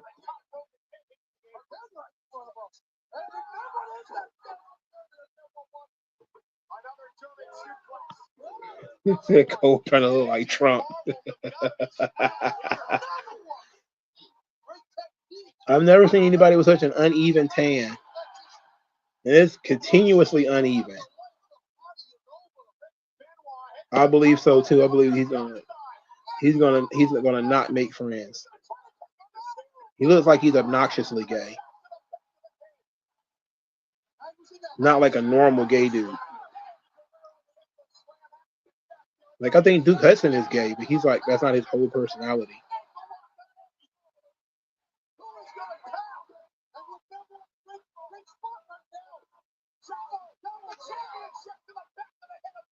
Oh, Chavo did something. He did a thing here. There's no disqualification, right?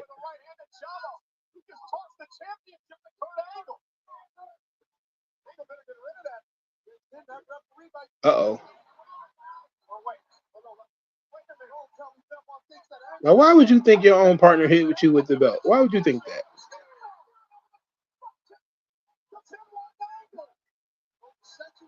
They don't trust each other. You got to trust, guys.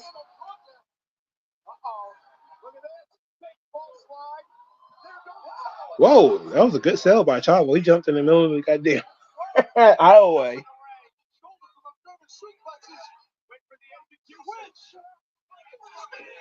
Running hug. And that was a fast count. Jesus Christ. Oh, Benoit took the pin too. Jesus. WG Phil says Damian got the best men's world title run in 2024. That's a shame because his sucked too. It ain't been a good title run since Triple H took over.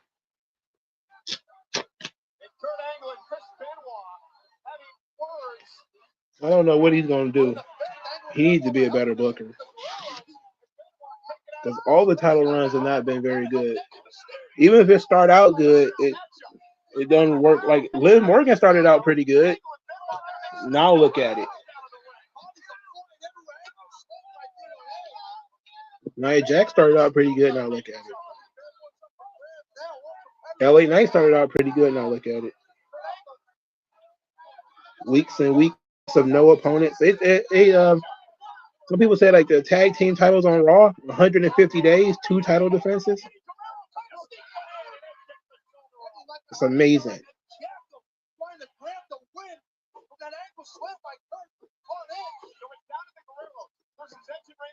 I hope somebody talked to Eddie about the way he's throwing those strikes because that's not good.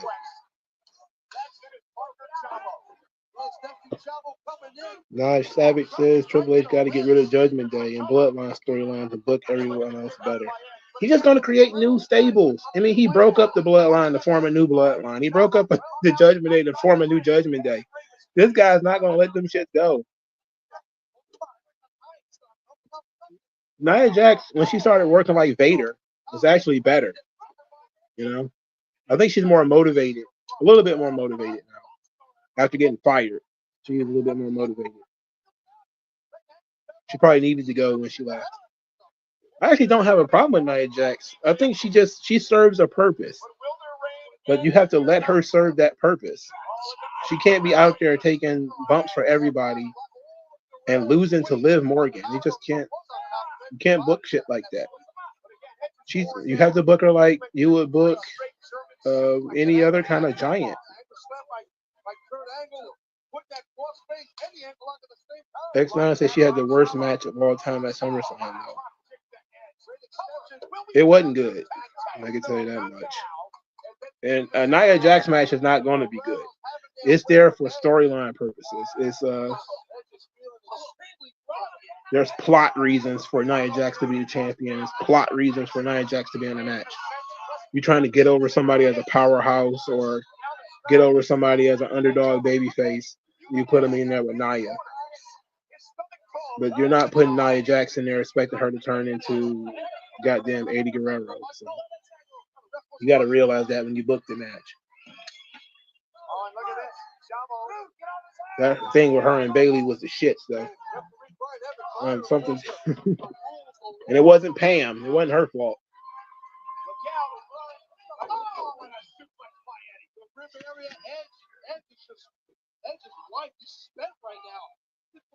Bayley might be uninteresting at times, but she's never like objectively bad in the ring on purpose.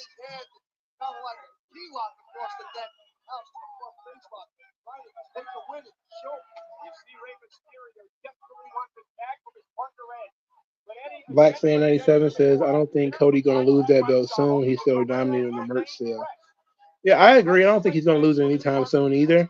But I'm saying they should reconsider. He might sell more merchandise if they put him in a underdog position again. But this is what people wanted. They wanted Cody to be the champion. Cody's the champion. Fuck it. It is what it is. I didn't know it was going to be this bad. When I was, saying that Cody should finish the story, I didn't know it was going to be this bad. I'm sorry, guys. We should have just did Roman and The Rock, which is what I thought from the beginning. But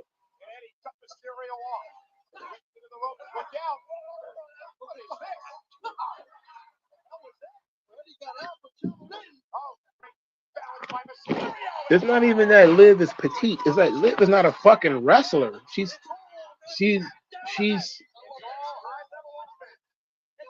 very small, which what you said. But she also does not have like anything that would lead you to believe that she's a good fighter. It's okay for her to be the champion because she can be sneaky and she can stab people in the back and all this kind of stuff. But Nia Jax has like 3 times the size on her, and she was taking like 100 Samoan drops and getting crushed and everything. Whoa, what a spot. Triple H needs to hire a team of writers for help, just like Vince. I think he got the same team. That's the problem.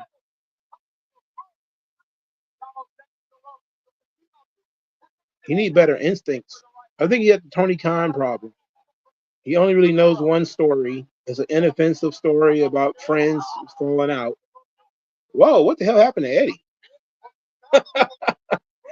But friends falling out. And then you have the unfortunate decision to call up Ilya Dragunov and Carmelo Hayes and Brian Breaker and do nothing with them. Damn, Chavo, you missed that by a mile, brother.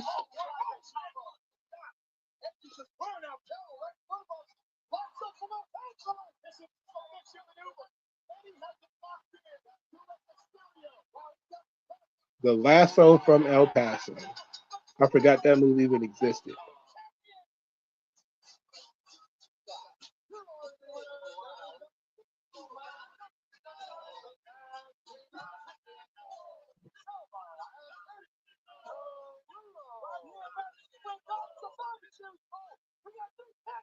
The Lasso from El Paso. Pam has a nice asset. Yeah, she's a very nice young lady. WG Phil says, how long would NXT be on the air if 90 Sean was looking? I don't think Sean would be there very long. He would have sexual harassed all the female talent and he'd be out of there. He'd be trying to bang all the hot young chicks. He wouldn't be there long at all.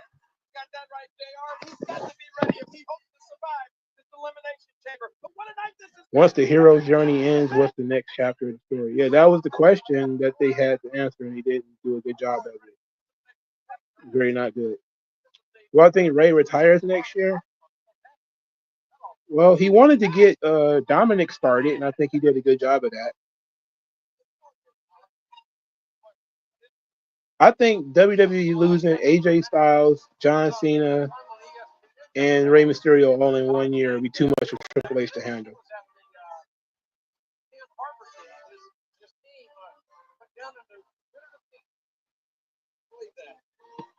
Okay, so what was the pretext of him coming out here? What was he coming out here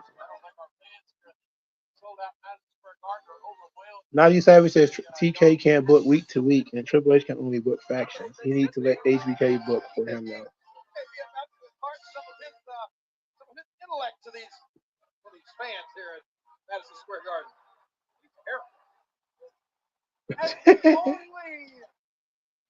He do need a haircut. Graduates in this arena. Let me set the record straight. He would look more like a dick with shorter hair. Like to consider yourselves street smart. Yeah. Well, street smarts. There's no doubt in my mind this would have made this fucking guy the world champion if he gave him a chance. Oh, that's true. Real intelligence is something that I have. Did he ever explain how the fuck he ended up in wrestling after he went to Harvard? Like, say, the New York Yankees have bought all their World Series titles. Shit. Intelligence is something you either have or you don't. And take it from me, They're very mad at him. They tell him to shut the fuck up. You know, they say New York is number one. Well, it is. They're very mad at this guy. Number one, which is great.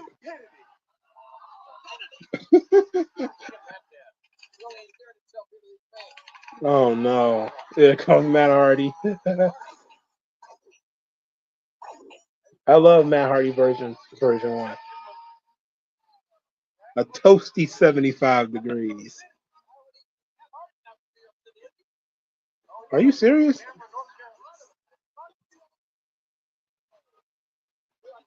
This is probably my favorite version of Matt Hardy right here. You know, the Matt facts.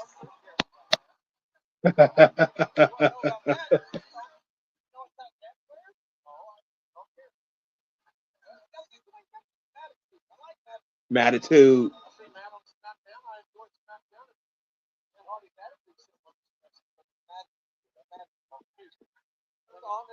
Who in the hell do you think you are? Matt Hardy, version 1, has come here to tell you that New Yorkers are not stupid. Why are you talking like this? They would be classified as losers. Losers?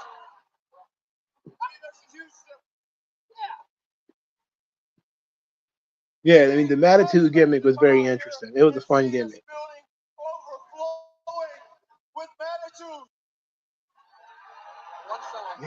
He had a nice little thing going for himself here. It was mid-card as hell, but it was worth.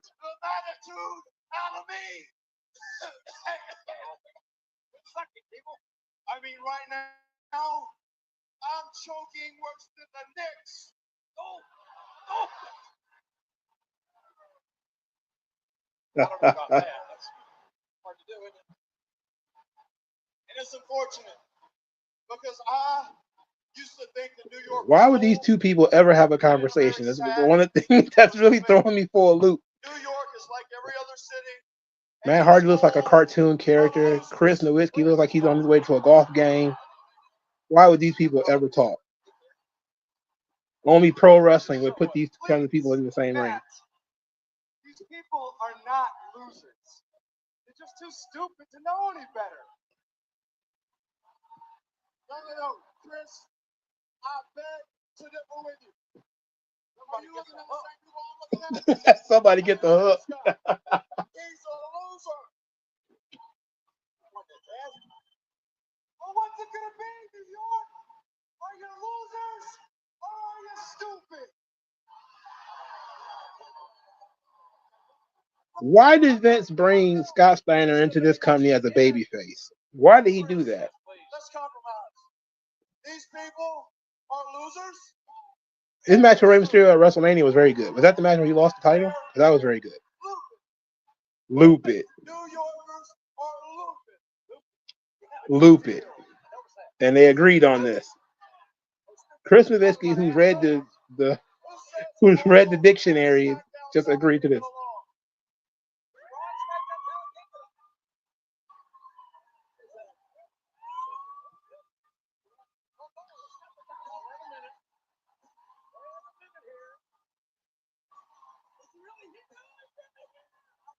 Look at this mountain of a human being. He brought this man into this company as a babyface. What was he thinking?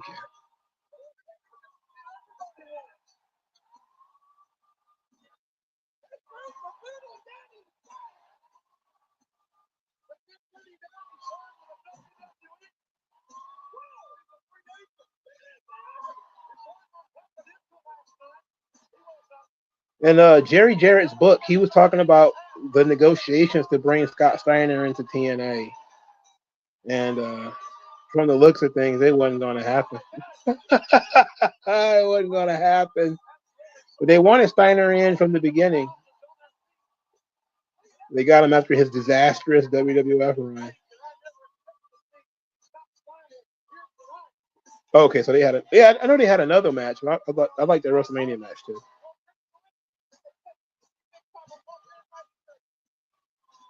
I'm sure somebody had to talk Vince into hiring Scott Steiner. Because I think Scotty was the reason they left in the first place. So he probably had no, it might be a Vince says he had no idea that Scott worked as a heel.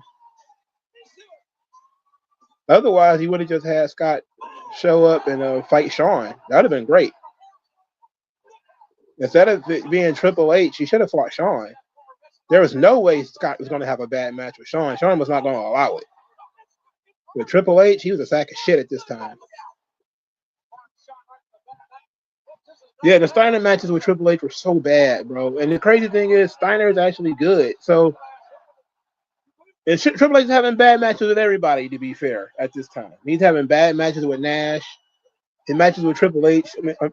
His matches with Shawn were mid. His match with Goldberg was not good. He was having shitty matches with Kane. I mean, he was not on a good run at this time, Triple H.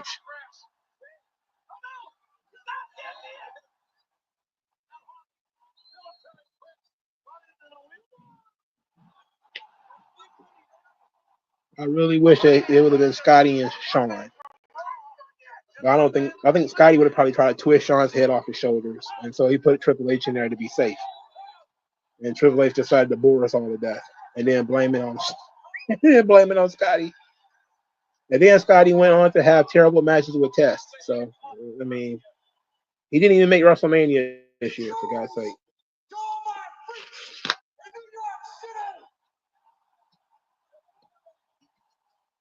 That's sick. You're the top free agent in the company. You don't even make the biggest pay-per-view of the year. After main eventing 2 straight pay-per-views, you miss WrestleMania? Oh, my God.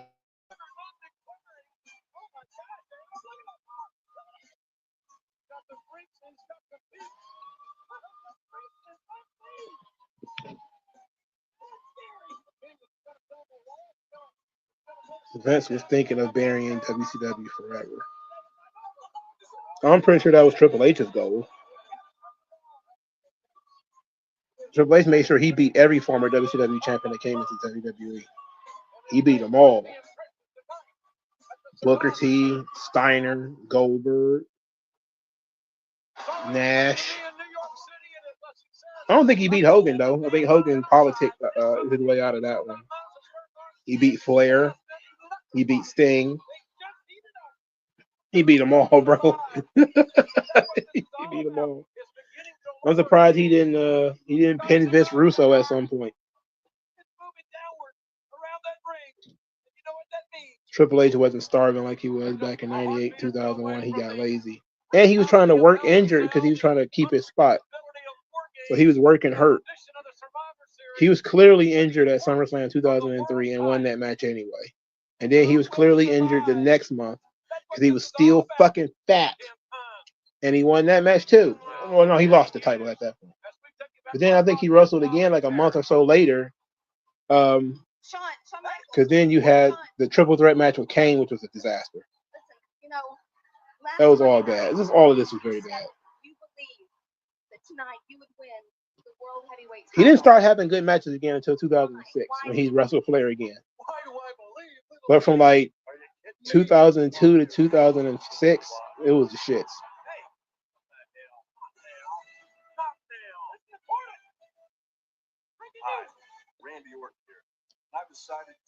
Oh, Vince is ballsy, putting Randy over in this part of the show. But don't worry, there was no further And he got damage this to my doofy shoulder on the haircut. long flight to New York City, thanks to that sexy flight attendant Sherry, who hooked me up with that extra pillow.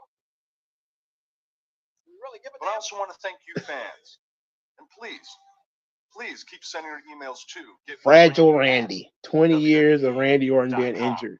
Because with your support, I know that I'll be back. It's amazing he's had the career he's had with all his injuries and all the other shit Randy Orton's had to go through. It is going to be a first. It is so unpredictable. How do you predict what's going to happen? Well, Triple H went through his redemption arc. He went through some pain. You know, part of it was he seemed to be the underdog against Vince. And so they was like, oh, Papa H, he's the victim. They're like, Papa H ain't the fucking victim. He's a bum. But against everybody else, Triple H is an asshole. But against Vince, he's the babyface.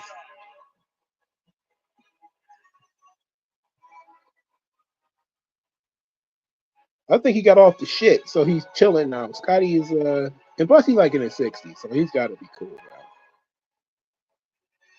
And plus he said before he's not going to say or do anything that's going to make Braun look bad. Like that was the reason why he said he was cooling out. He don't want to affect Braun's career. And that's very smart because Rick continued to act like an idiot even after the fact.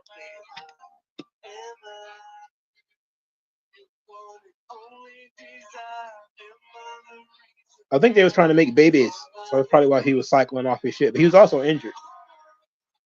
I think he had a groin pull or something like that.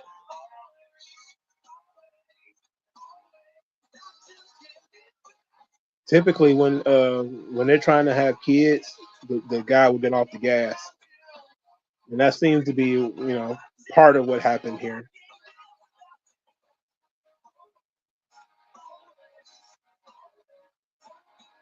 The 2003 Triple H was not in peak Triple H shape. If he was anything other than the son-in-law, he'd have dropped off the car like a fucking stone at that point. That was Unforgiven. That's when he lost the belt to Goldberg, and he wrestled in them joints at SummerSlam too. It was shit.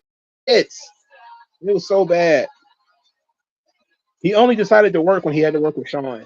But anybody else, he was garbage.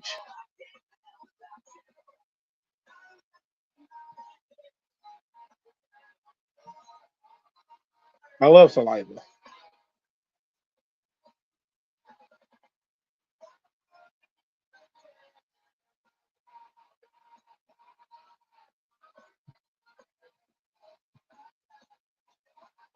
Because imagine if Triple H didn't have his illness and was still running NXT, what happened with Braun Breaker and the others? You probably never get him, to be quite honest.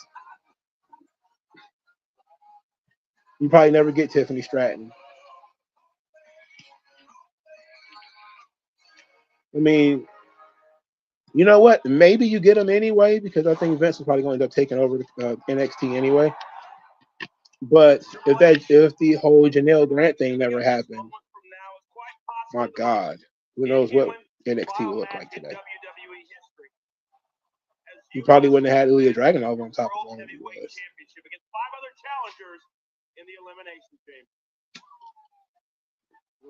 Well, he did work with Rick. That was on Raw though. I'm talking about like pay-per-view shit. Because I was the best. Because I am the best. He decided he did not want to put his working boots on for anybody else except Shawn. Shawn wasn't going to have it. But was it good enough? No, it wasn't. So Triple H, he's going to go back to carrying my bags. You better tighten up. Tonight, inside of 10 tons of steel, Elimination Chamber, I will go up against 5 of I'm pretty sure he just wanted to be in there. Because I'm almost certain he wasn't supposed to be in that match. And the fact is that when tonight is over, Coach, because I remember there was some conversations floating around that Benoit and Shawn was supposed to main event that show. And Triple H wasn't even supposed to be in it. And still the world heavyweight champion because I am that damn good. But then again, I also heard a lot of other weird things about WrestleMania 20. Right now, but I'm pretty sure Triple H wasn't supposed to be in that match. Either Triple H wasn't supposed to be in it or Shawn wasn't supposed to be in it. It was one or the other. Class ticket to hell. And I just want to know who's coming with me. But it wouldn't matter. He won the belt back like 2 months later anyway. So. Whatever. He did it for the moment. Triple H had the company on a stranglehold at this point in time. That was not fun.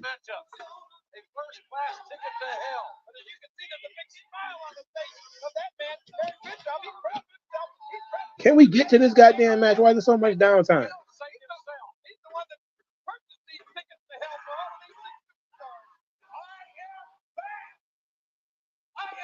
Yeah, where the hell is Hulk Hogan? I just saw a picture of Hulk Hogan. Where the hell is he? I think he wrestled at King of the Ring this year. Did he not wrestle after that?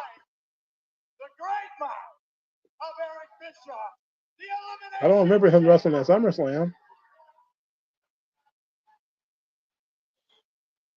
2 miles of chain over 10 tons. You say he's surprised Triple H and Eddie never had a program. I think they probably would have gotten around to it. Eddie was a Smackdown guy mostly. Something tells me that probably wouldn't have went the way that we think. The thing, crazy thing is Triple H is actually pretty good when he gives a fuck. The problem is he don't care all the time. You think Scott would have gotten the world title or his body was too shot to be in the main event? I think that if Scott would have got in there with Shawn, it would have been different. The fact that he was in there with Triple H was part of the reason why everything looked so bad. But I think eventually he would have got exposed, and it would have been too well known that he was down bad. Every 5 minutes, one of these chambers will be unlocked in random order by one of 4 referees. If they'd have put him on SmackDown, he might have had a better chance too. But being brought in and brought in at the top at that, oh my God.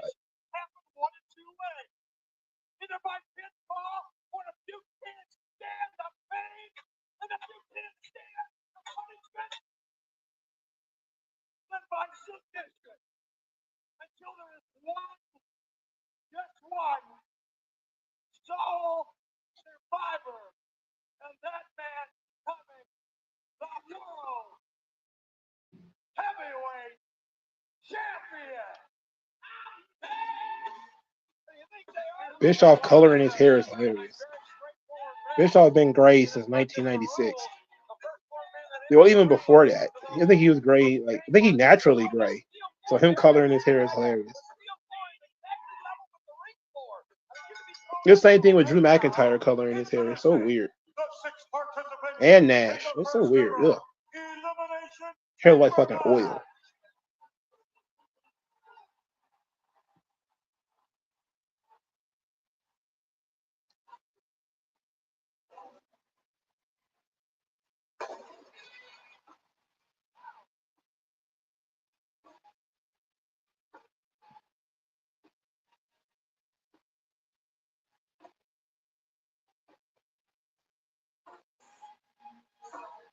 I love this version. I love this song.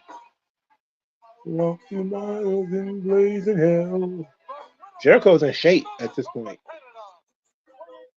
What happened 2 years later, though? I guess he said, fuck it, I'm out. When his main event run was over, he said, forget it.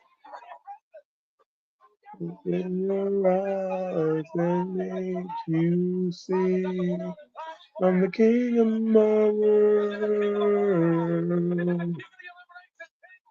I break down the walls around you now. I'm the king of my world.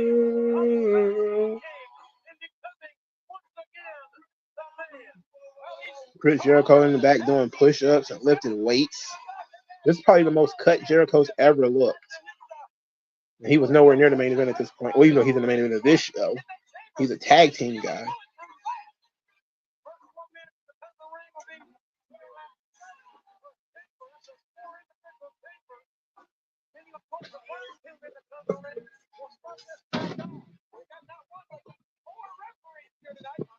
Why do you need 4 referees for this match?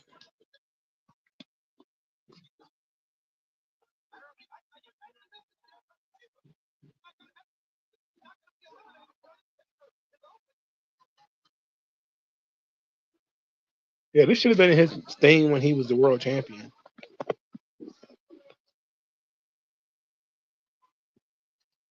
Instead, he's a tag team champion with fucking Christian,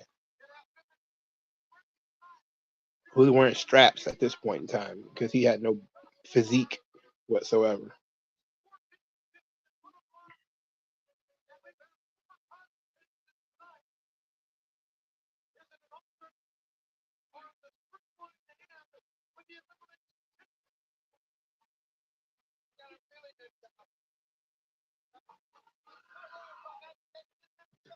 Yeah, Christian was nothing.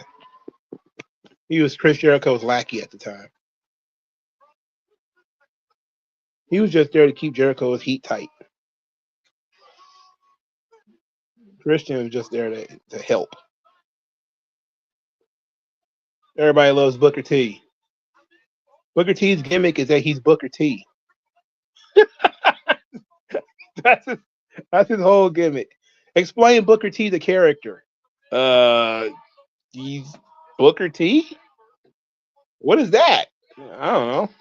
Got something to do with heat, fire. That's it. I love me some Booker T though, because he had personality, even though he didn't have a gimmick. Like he wasn't overly gimmicked, but he had personality, so it worked.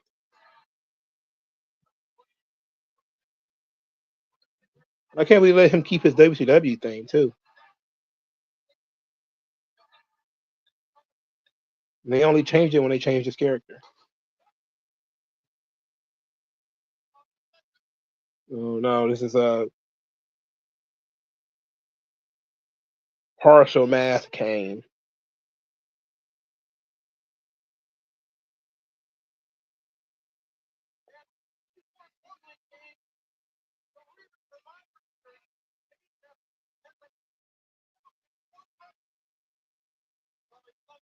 Oh, Kane hyping the crowd with taunts. Stop this. This Kane look is not too bad. It's not bad. It's not my favorite. I don't like this iteration of Kane, but it's okay. I actually thoroughly enjoyed when they removed his mask. I just wish they did more with it. But Triple H, you know how that goes.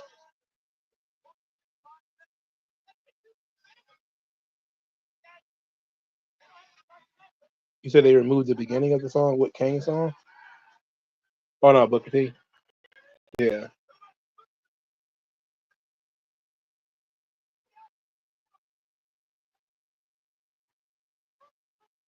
Here comes Sean. He's wearing brown. He's wearing brown. Oh, my gear was unfinished. I know you got some old gear you could have put on. God damn.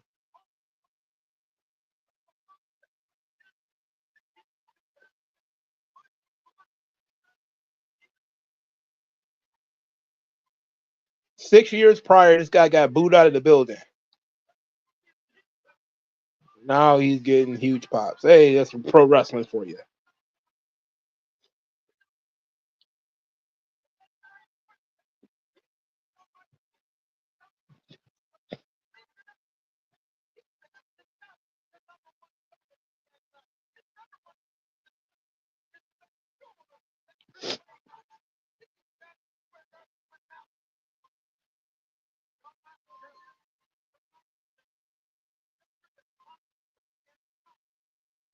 Hey, I miss when they used to keep records, pay-per-view records, not stupid TV show records.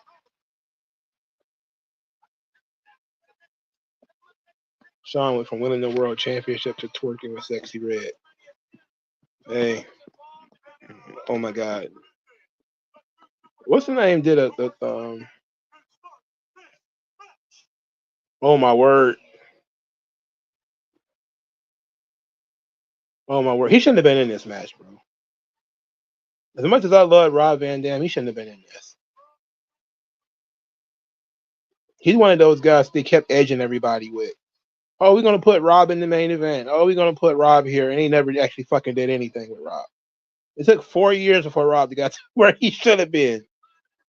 Jeez, we should have been in like some kind of mid card match or something like that. We could have won, and everybody could have been happy. Instead, he got to crush Triple H's throat, which I'm pretty sure was fun for him, considering how much he doesn't like Triple H. But I'm pretty sure crushing Triple H's throat also is why he didn't get in the main event. Besides being extremely disagreeable. It's also weird that Triple H started this match when he's the heel. Jericho should have started the match. He's the heel and the champion, which is weird.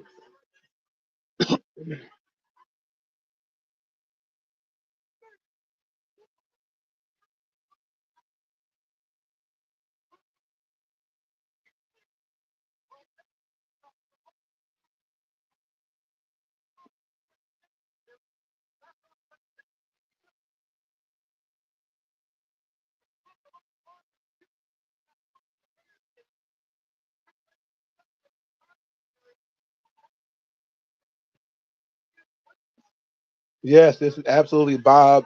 He got a Karen haircut. And he's wearing brown. Good Lord. And they put him in video. They immortalized these stupid tights. They put him in video games. I think there's even an action figure with these brown tights, isn't there?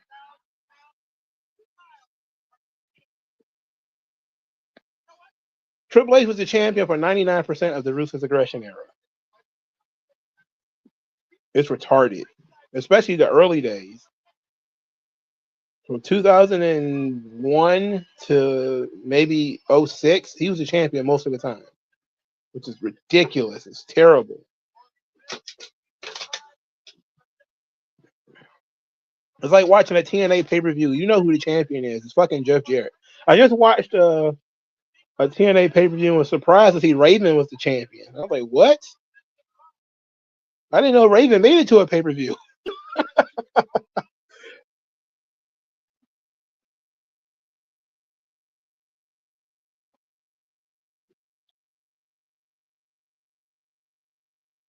Darren Miles says, I think Rob should have been put in SmackDown. Yeah, he should have been on SmackDown at the time. He was catching hell on Raw, boy. He was catching hell on Raw. So they haven't put it in the game, but they did add his attire for Survivor Series wave. Okay.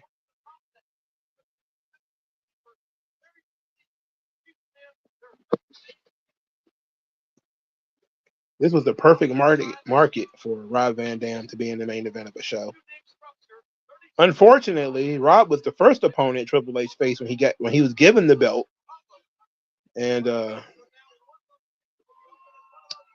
well, you see, he still got it. So he should have lost it to Rob immediately from the beginning. That's what I'm saying. When he was given the belt, he should have lost it to Rob. And then if he won it back, it wouldn't have mattered. But Rob not getting it was a shame. Because this is 3 years. This is 2 years. No, a year into Rob being on the roster, and they've been edging him with the title for a while. And they did it again when Undertaker was the champion, and they had Rob pin him. He pinned him with the fucking Rolling Thunder. Then they reversed the decision, which was crazy.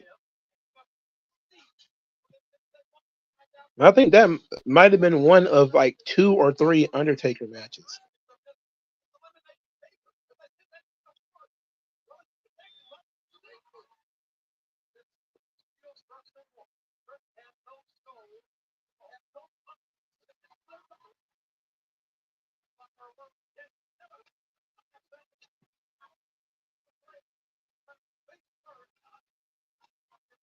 Time to play. Oh, they broke the door already.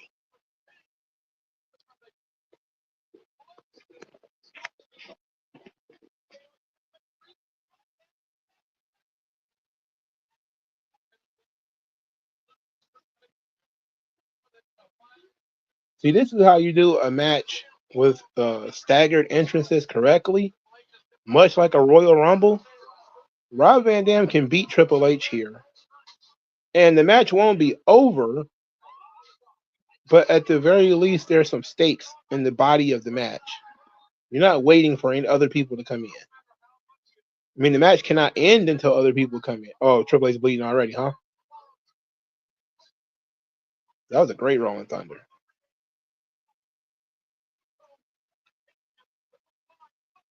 Great Rolling Thunder there by Rob.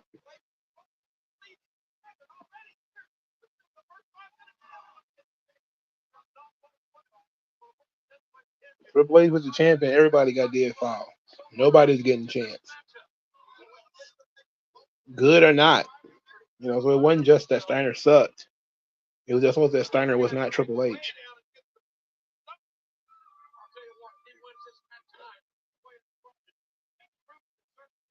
I would add eliminations to War Games, personally.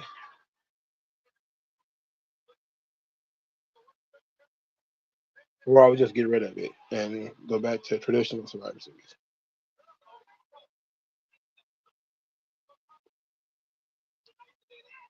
What do you mean you didn't know? It's a big hole right there.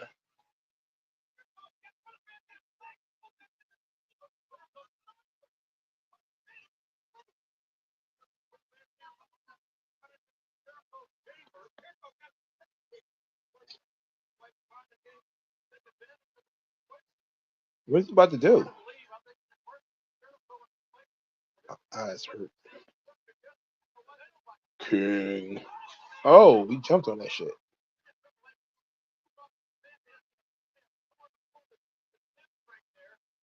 I like how he went back to selling his leg after the. Well, I don't know if it's the same leg Jericho grabbed, but he sold a leg.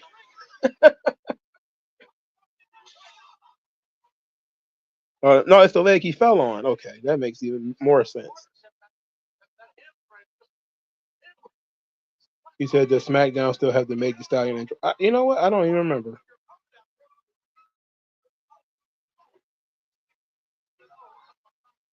Honestly, don't remember. I stopped paying attention to a lot of these intro songs and stuff.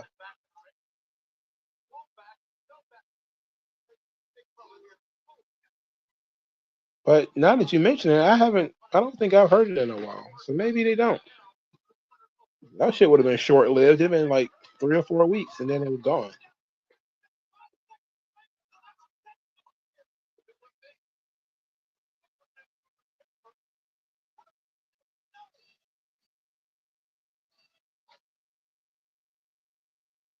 It's Jericho.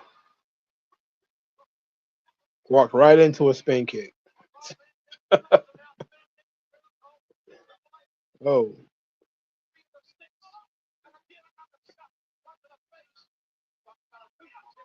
Will I talk about Denzel Skizzo posting? I gotta keep up with. I know he's been doing like this press run, talking about he's retiring and a bunch of other stuff that he's been going on. But I haven't really been following a lot of it. But that dude is like 80 or something like that now. So I'm pretty sure he's like, fuck it, let's let the cat out of the bag, bro. But I have to go have to look and see what's going on with him. Did the NXT intro the only one that makes sense for his show? I wish that they didn't have all this rap shit. I'm okay with like NXT being a young brand. You want to have rap, okay? That was nice by Rob Van Dam. He just jumped in and grabbed the cage. You could tell he prepared himself for it.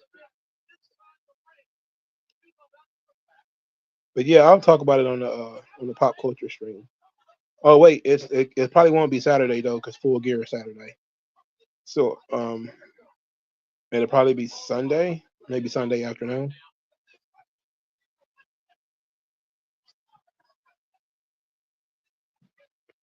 Which was a better wrestling year, 97 or 02? Probably 02.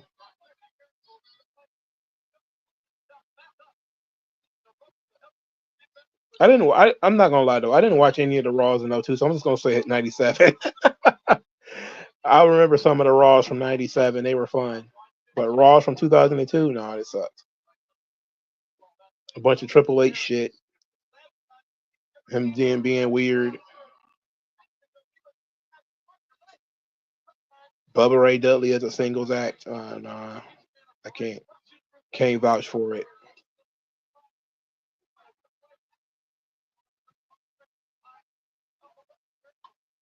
The heels are working together. Oh, can you imagine that?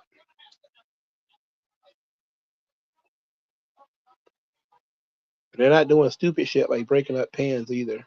They're letting it ride. Triple H gassed. You go look at him.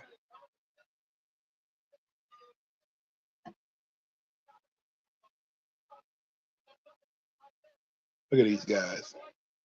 Dirty bastards, you.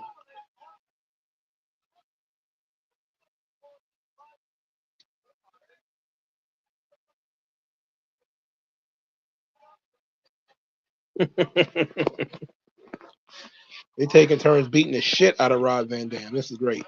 Was he tag team partners with Kane at this point in time? Well, I really hope not, because if that was the case, this sucked. I know they were tag team champions and all that kind of stuff for a while.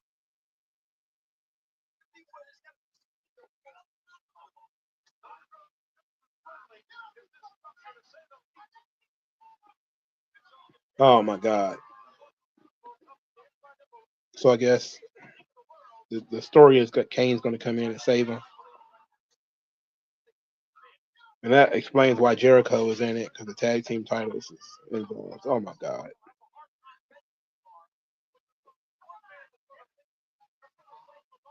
Oh my Lord. Oh, it looks like it hurts. They aiming for they aiming for that metal bar. They kicking Rob's ass.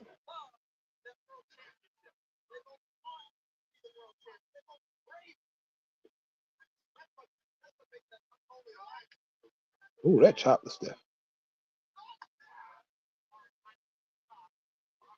You could look at Rob's face and tell he didn't like that one. He wasn't a fan of that chop.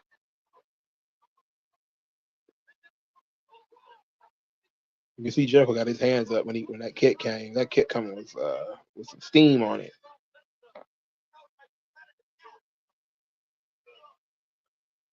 Guys protecting themselves is very smart. That's how you know a guy can work. You know, you just throw your kick or your punch or whatever. I'm gonna protect myself. Nowadays, you gotta miss by a mile because motherfucking like tear your head off.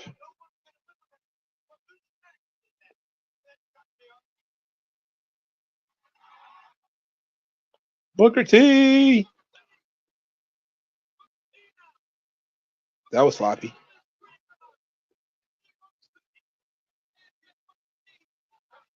Whoa, that clothesline didn't work. That one did. Don't do no spinneronis. He spent an inordinate amount of time staring at his hands. He just got in the match and he's already doing spinneronis. How many matches do these guys have against each other? Booker T and Rob Van Dam. I don't think they had a lot of them.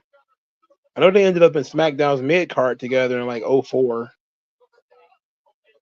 Having U.S. title. I don't know. Maybe they had some U.S. title matches. Somebody check cage match. How many matches do these guys have against each other? I can't think of too many other ones other than this where they wrestled against each other. Oof. It seemed like two guys who would have worked together a lot because they were in the mid card together at the same time. but I don't remember them having a lot of matches.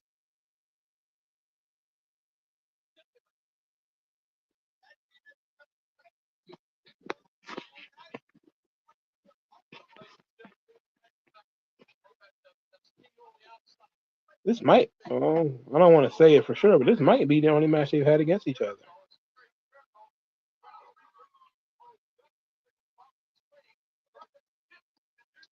I like the old U.S. title design too. It was fun. I don't like that thing that they got now. It look like a trophy. They look like a title belt. They got that ugly ass eagle on it. I don't know what's up WWE putting eagles and birds on the belts. I mean, I don't mind it, but I don't think the U.S. title is the one you want to put the bird on, brother.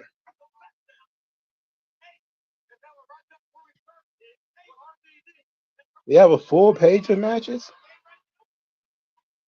Was it like Smackdown mid card shit?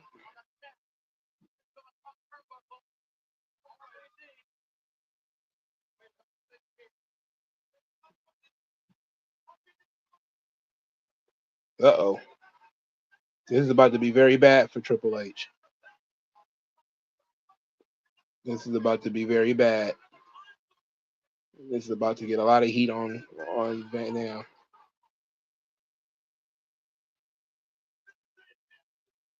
I did love the design for the Undisputed title. It was fun.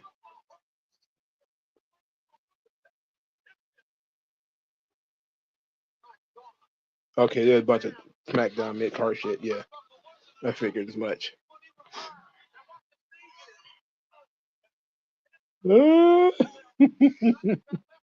Triple H is a trooper. He got injured in this match and he continued it.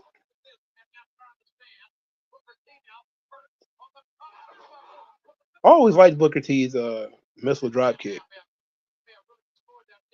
especially when he was like a TV champion.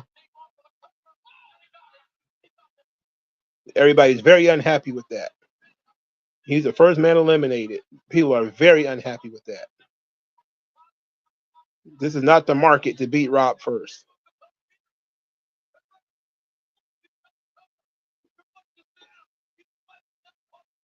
He put his foot on the ropes.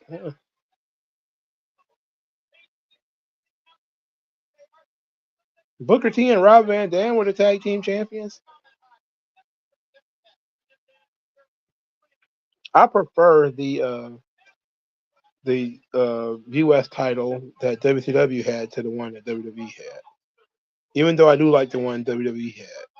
The one that WCW had looked like a world title almost, kind of.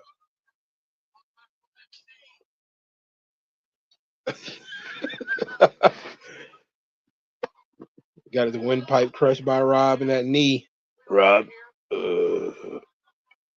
watch the knee, brother. He fell right on my chest. I swallowed my throat. I can't believe they beat Rob that easily. What a missile drop kick of all moves. They just fucking with Rob at this point, boy.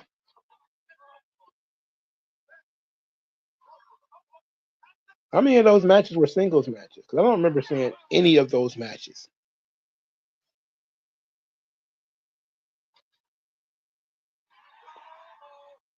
Here come Kane.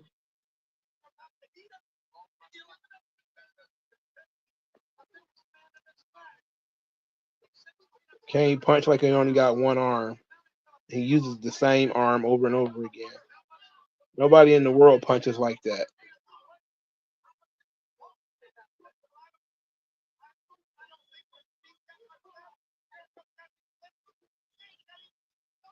Kane, throw a use your other hand challenge, never. Yeah, I think there probably was an audible that they called.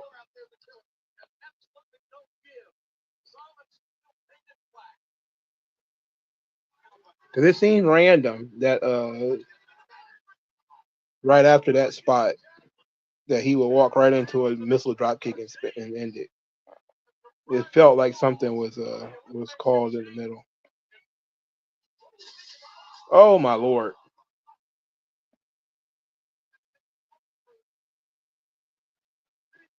That woke everybody up.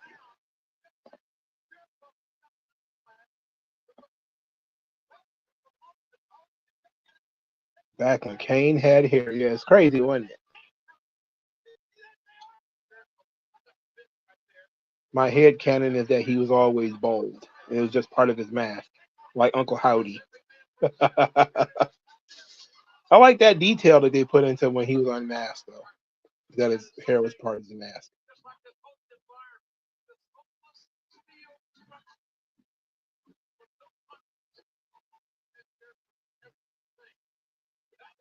He may never be the same. Everything was fine before I went through that glass. Marty Jannetty, 1992. Oh, hit him in the nuts. Not the best choke slam in the world.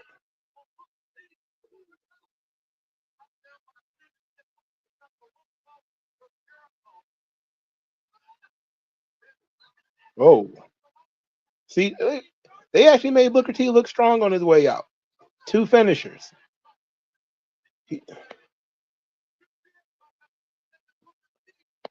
Marty Jannetty swears Sean stole his life. Can you imagine Jannetty pulling off what Sean about to pull off in this match? No.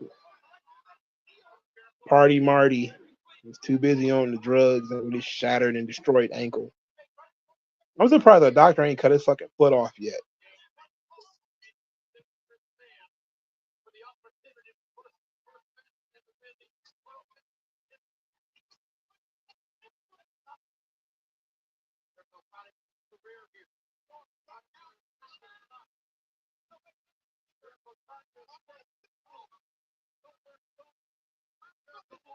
Punk is dead last on that list. I don't think he's I don't think he's had a pretty good comeback at all. Punk is washed. He was washed in AEW, but he's especially washed now.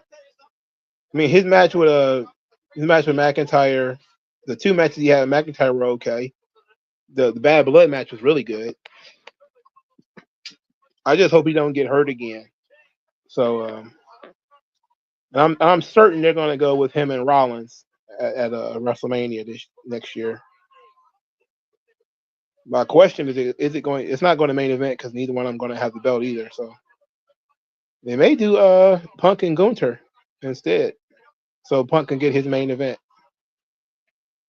That would mean that Cody's match is not going to main event because I think Rock and Roman's going to get the other one if that's the direction they're going in. I think Punk's going to hang on until he gets that WrestleMania main event. Then he's going to call it quits. It is also my head canon. That's why he came back. That's why Cody came back for the title. Punk came back to get that main event. And I don't think he's going to let it go until he gets it. And he was supposed to get it against Rollins, and it didn't happen. So Rollins is still there, but the 2 of them wrestling each other is not in itself a main event of WrestleMania. Because I don't think Rollins is that guy. He could just main event a show on his own. Well, a show like WrestleMania on his own. Just, unless they really put some real steam behind that joint. Like, if there's some real steam behind it, like it was for McIntyre and Punk, then maybe.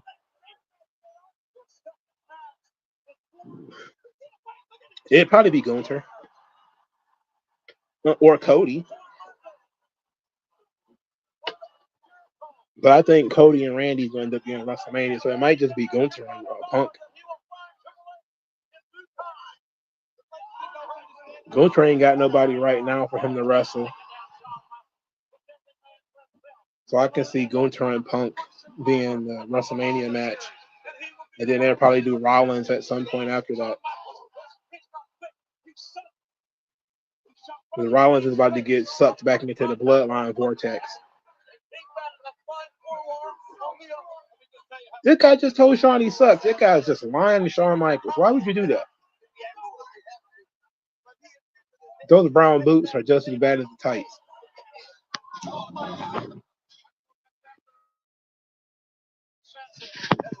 Black saying that he doesn't want to see Sammy and Gunther at WrestleMania again. Oh my lord.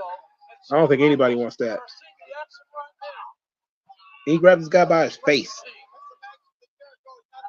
He got him lifted by his face.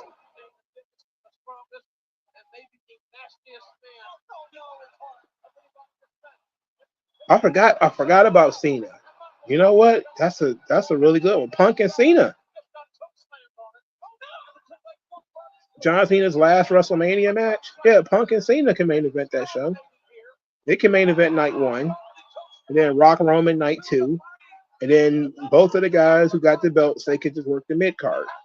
That's fine.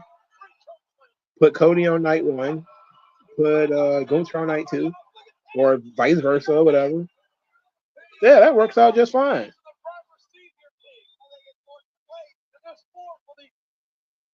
Punk and Cena, that works as a WrestleMania match.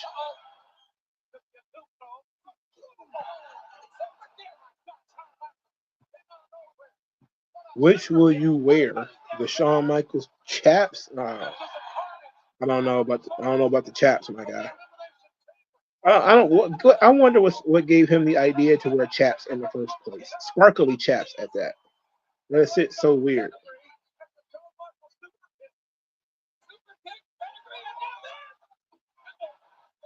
Jericho about to get his second elimination out of this match.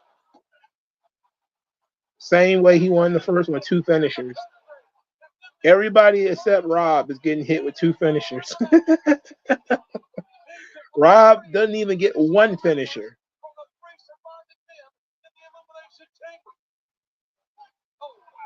Even if you were going with stripper, how do you get chaps from strippers? Like, clothes you can tear off, sure, but chaps? Like, where do you get chaps from?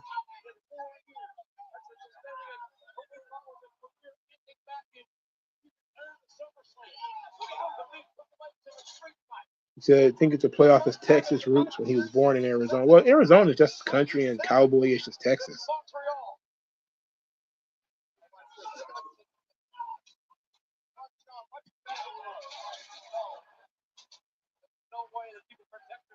Triple H been chilling. Ever since he got his neck crushed, he been chilling. He ain't been a part of nothing. Now he moving all sluggishly. He should have just left the fucking match. Called an audible on the finish. It just have been Jericho and Michaels at the end. It had fit into them wrestling at WrestleMania that year, though. That's what I mean by Triple H. He's holding on. He's got a death grip on this belt.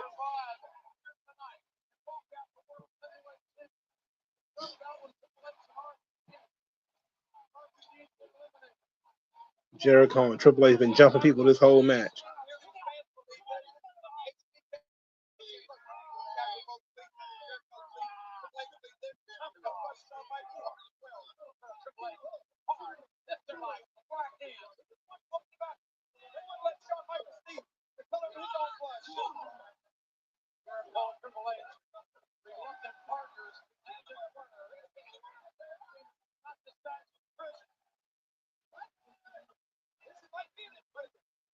It's like being in prison. Oh no, not Oz. I hate Oz. What a terrible show that is. All I know is there's so much man rape in Oz, I can't stand it. You said you wish Sid was. I wish Sid was around too. That'd have been fun.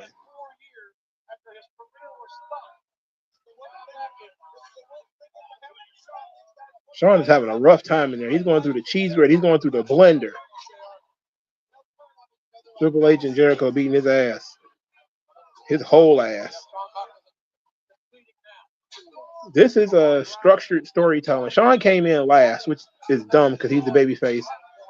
But they booked it where he's the only babyface in there, so he's getting jumped continuously by both guys. So now they're going to manufacture a come from behind victory where he probably should have came in first when this happened.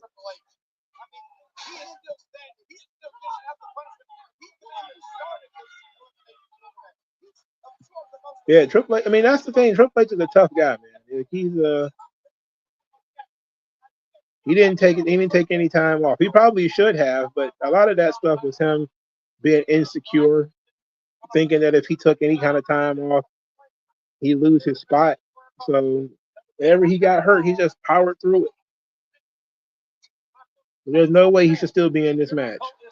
He should have left.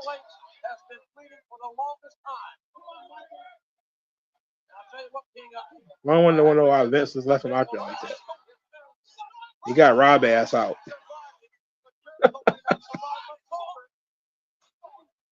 Rob's in the doghouse.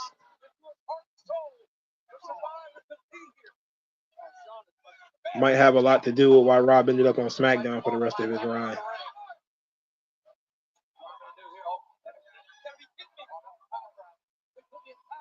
Until 06.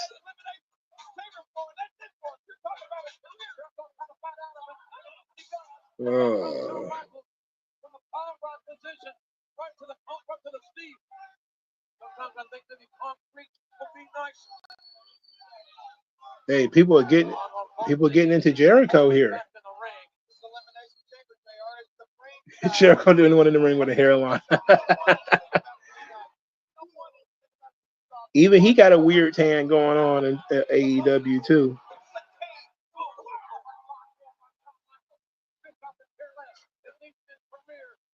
He don't got a lot of gray hair either, Chris Jericho. He might be coloring his hair though. You know how he's an old magician.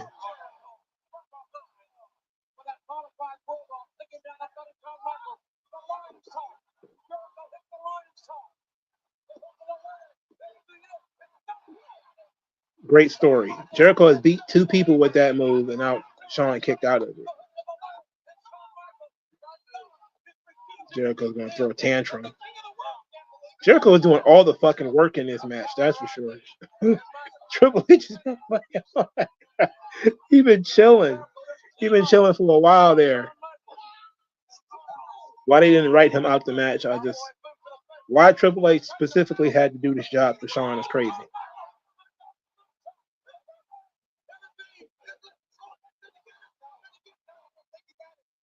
Jericho mutated into Canadian Hogan. What you gonna do, A?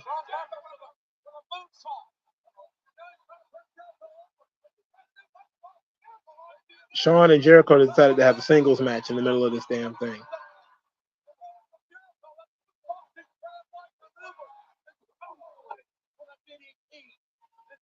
This is the good old Elimination Chamber. Everybody bleeding. The story makes sense. I do think Jericho is going to come back. They're going to put him in the Hall of Fame. He probably will work his last match in WWE. But Tony Khan's giving him so much money right now that it don't matter.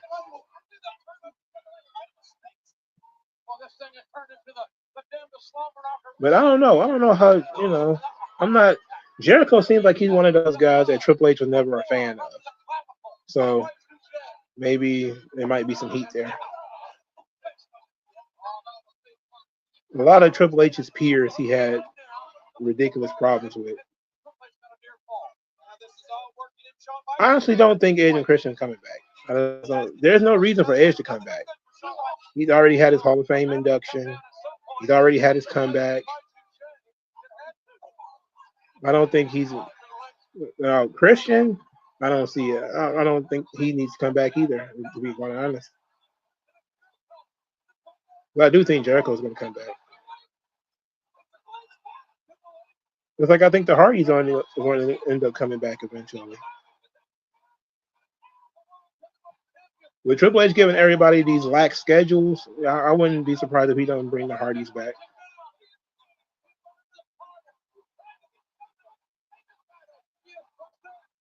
Rope breaks in this match is sensational because it really is no disqualification. So why are there rope breaks? Ooh, that was excellent.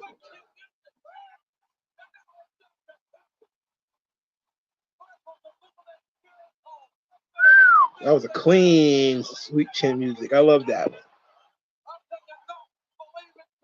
You gotta believe in HBK, baby.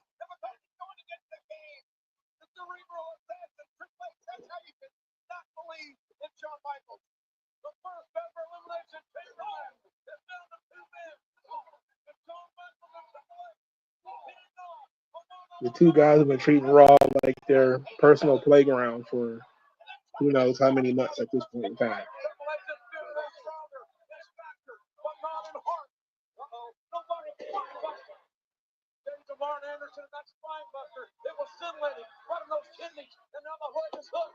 Scintillating spine buster, he said. Good. that was very colorful for JR.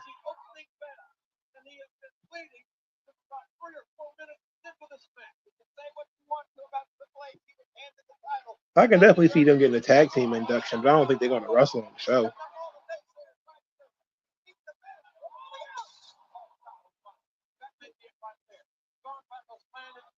I'm actually not sure that Brock is. If Brock don't come back, he probably never coming back. Again, Brock is another Vince guy. So he says Triple H's blood hasn't moved from his forehead since the first cut. Yeah. It's been the same amount of blood, too. It's not on his chest. It's not dripping. Very weird. I guess when you're a lizard, you bleed differently.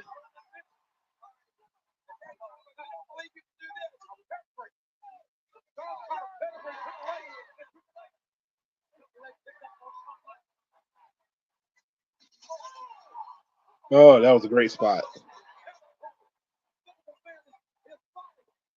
That was a great spot. And you see the psychology of it. Shawn is the fresher of the two men, so he's got to take more damage. He got jumped by two guys for like 10 minutes. And now we put Shawn through the glass. We're taking the crowd out of it. The crowd is like, oh no, Shawn, you're dead. Triple H he's never going to lose, ever. It's plexiglass, by the way. It's not like real glass. So you don't need to cry anybody a river. But Shawn's not moving. So that's really selling it.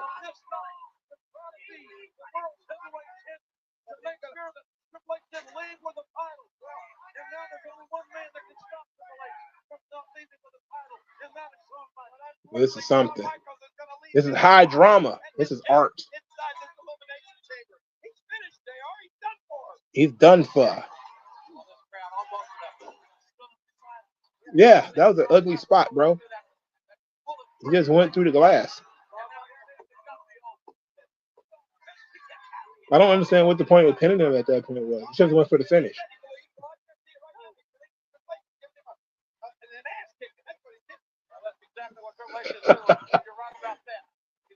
Sabu and Sandman took LSD and Sandman thought Sabu was a lizard. It sounds like that time where Mustafa of the gangsters smoked pencil shavings. I did watch a little G4 back when it was on TV. I used to watch anime on G4.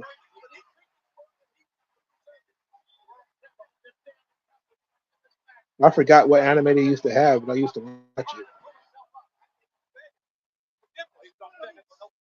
Say he's begging for forgiveness.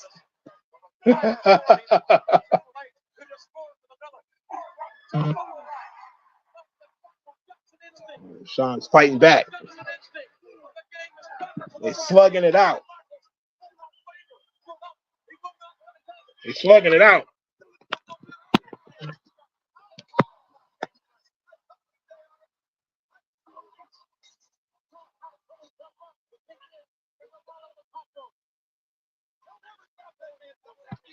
Trigun was on Cartoon Network. Maybe it was on G4 before that. I remember there being one anime where it was kind of like some kind of tombstone or some kid who got stabbed by his mom and he's trying to figure out who he was and all this kind of shit. And I think there was another one with a Heat Guy J. I sometimes still see that manga floating around. I never watched it though or read it.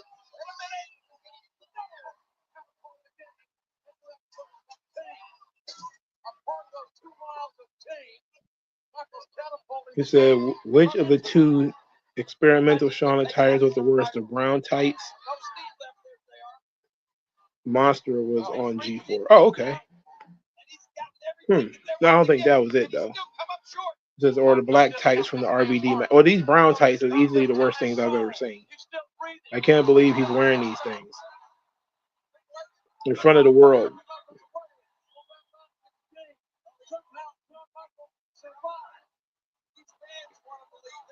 I can't believe he's wearing these tights on television for this big moment.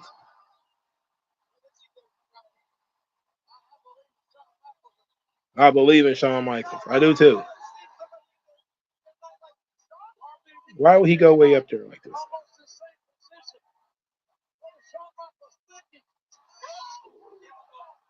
You just showed Rob how to do it. He hit Triple H right in the rib. And Triple H blocked it with most of it with his arm.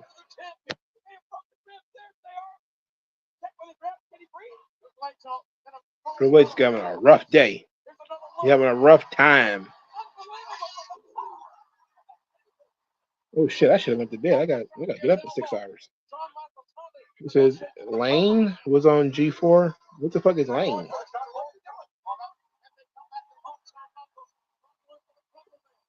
Tomorrow's Friday. It's not gonna be bad.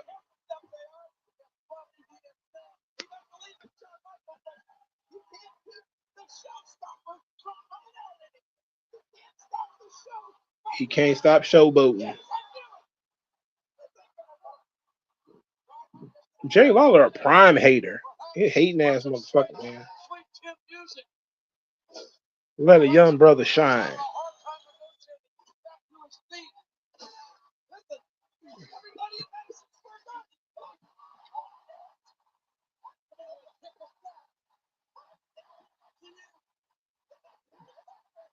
Shawn taking the pedigree from the side.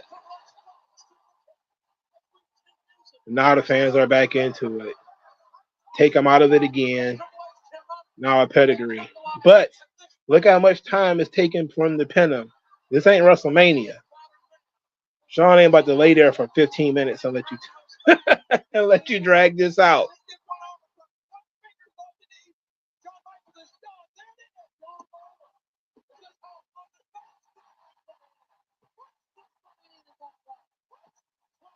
Great call by JR. Crowd getting into it. They're building to something special here. And I guess this is why Triple H wanted to hold on to the match for so long. Because they actually building something here.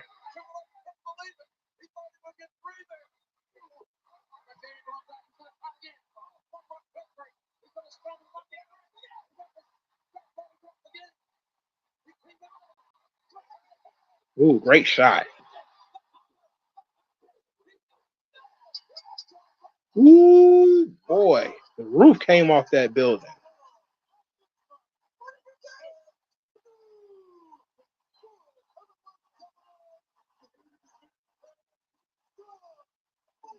Howard Finkel on the call and everything. Everything was grand. Madison Square Garden had hated him 6 years before. Now he's got a huge pop. There's confetti. Howard Finkel. Great finish and stretch, especially there at the end with him and Triple H.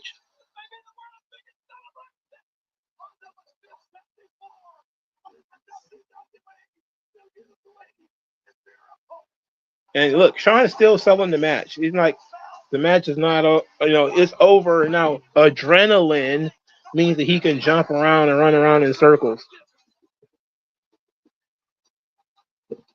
The confetti might be a bit much, but okay. It was a great match. This is one of the legitimately 3 or 4 really good Elimination Chamber matches.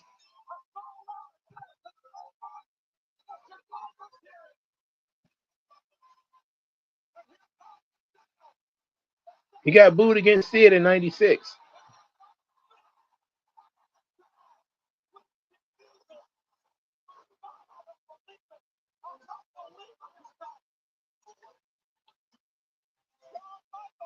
He went from that to this. That was the last time he's main evented Survivor Series in Madison Square Garden. He don't look right with the big gold belt, though. I don't even like that look.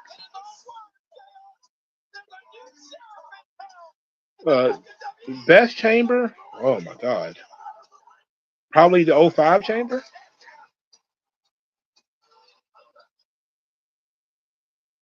Probably 05 chamber. What, Triple H and Batista, Benoit, Jericho. Who else was in that goddamn match? Shit, I don't remember who else was in it. That might be one of my favorite ones. 05 Chamber.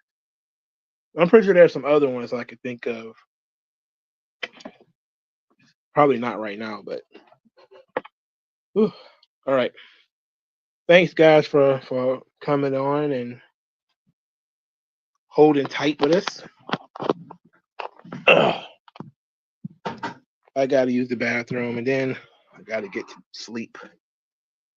I got to be up in a couple of hours. Yeah, Edge Jumping Cena was fun, too. That was a fun one.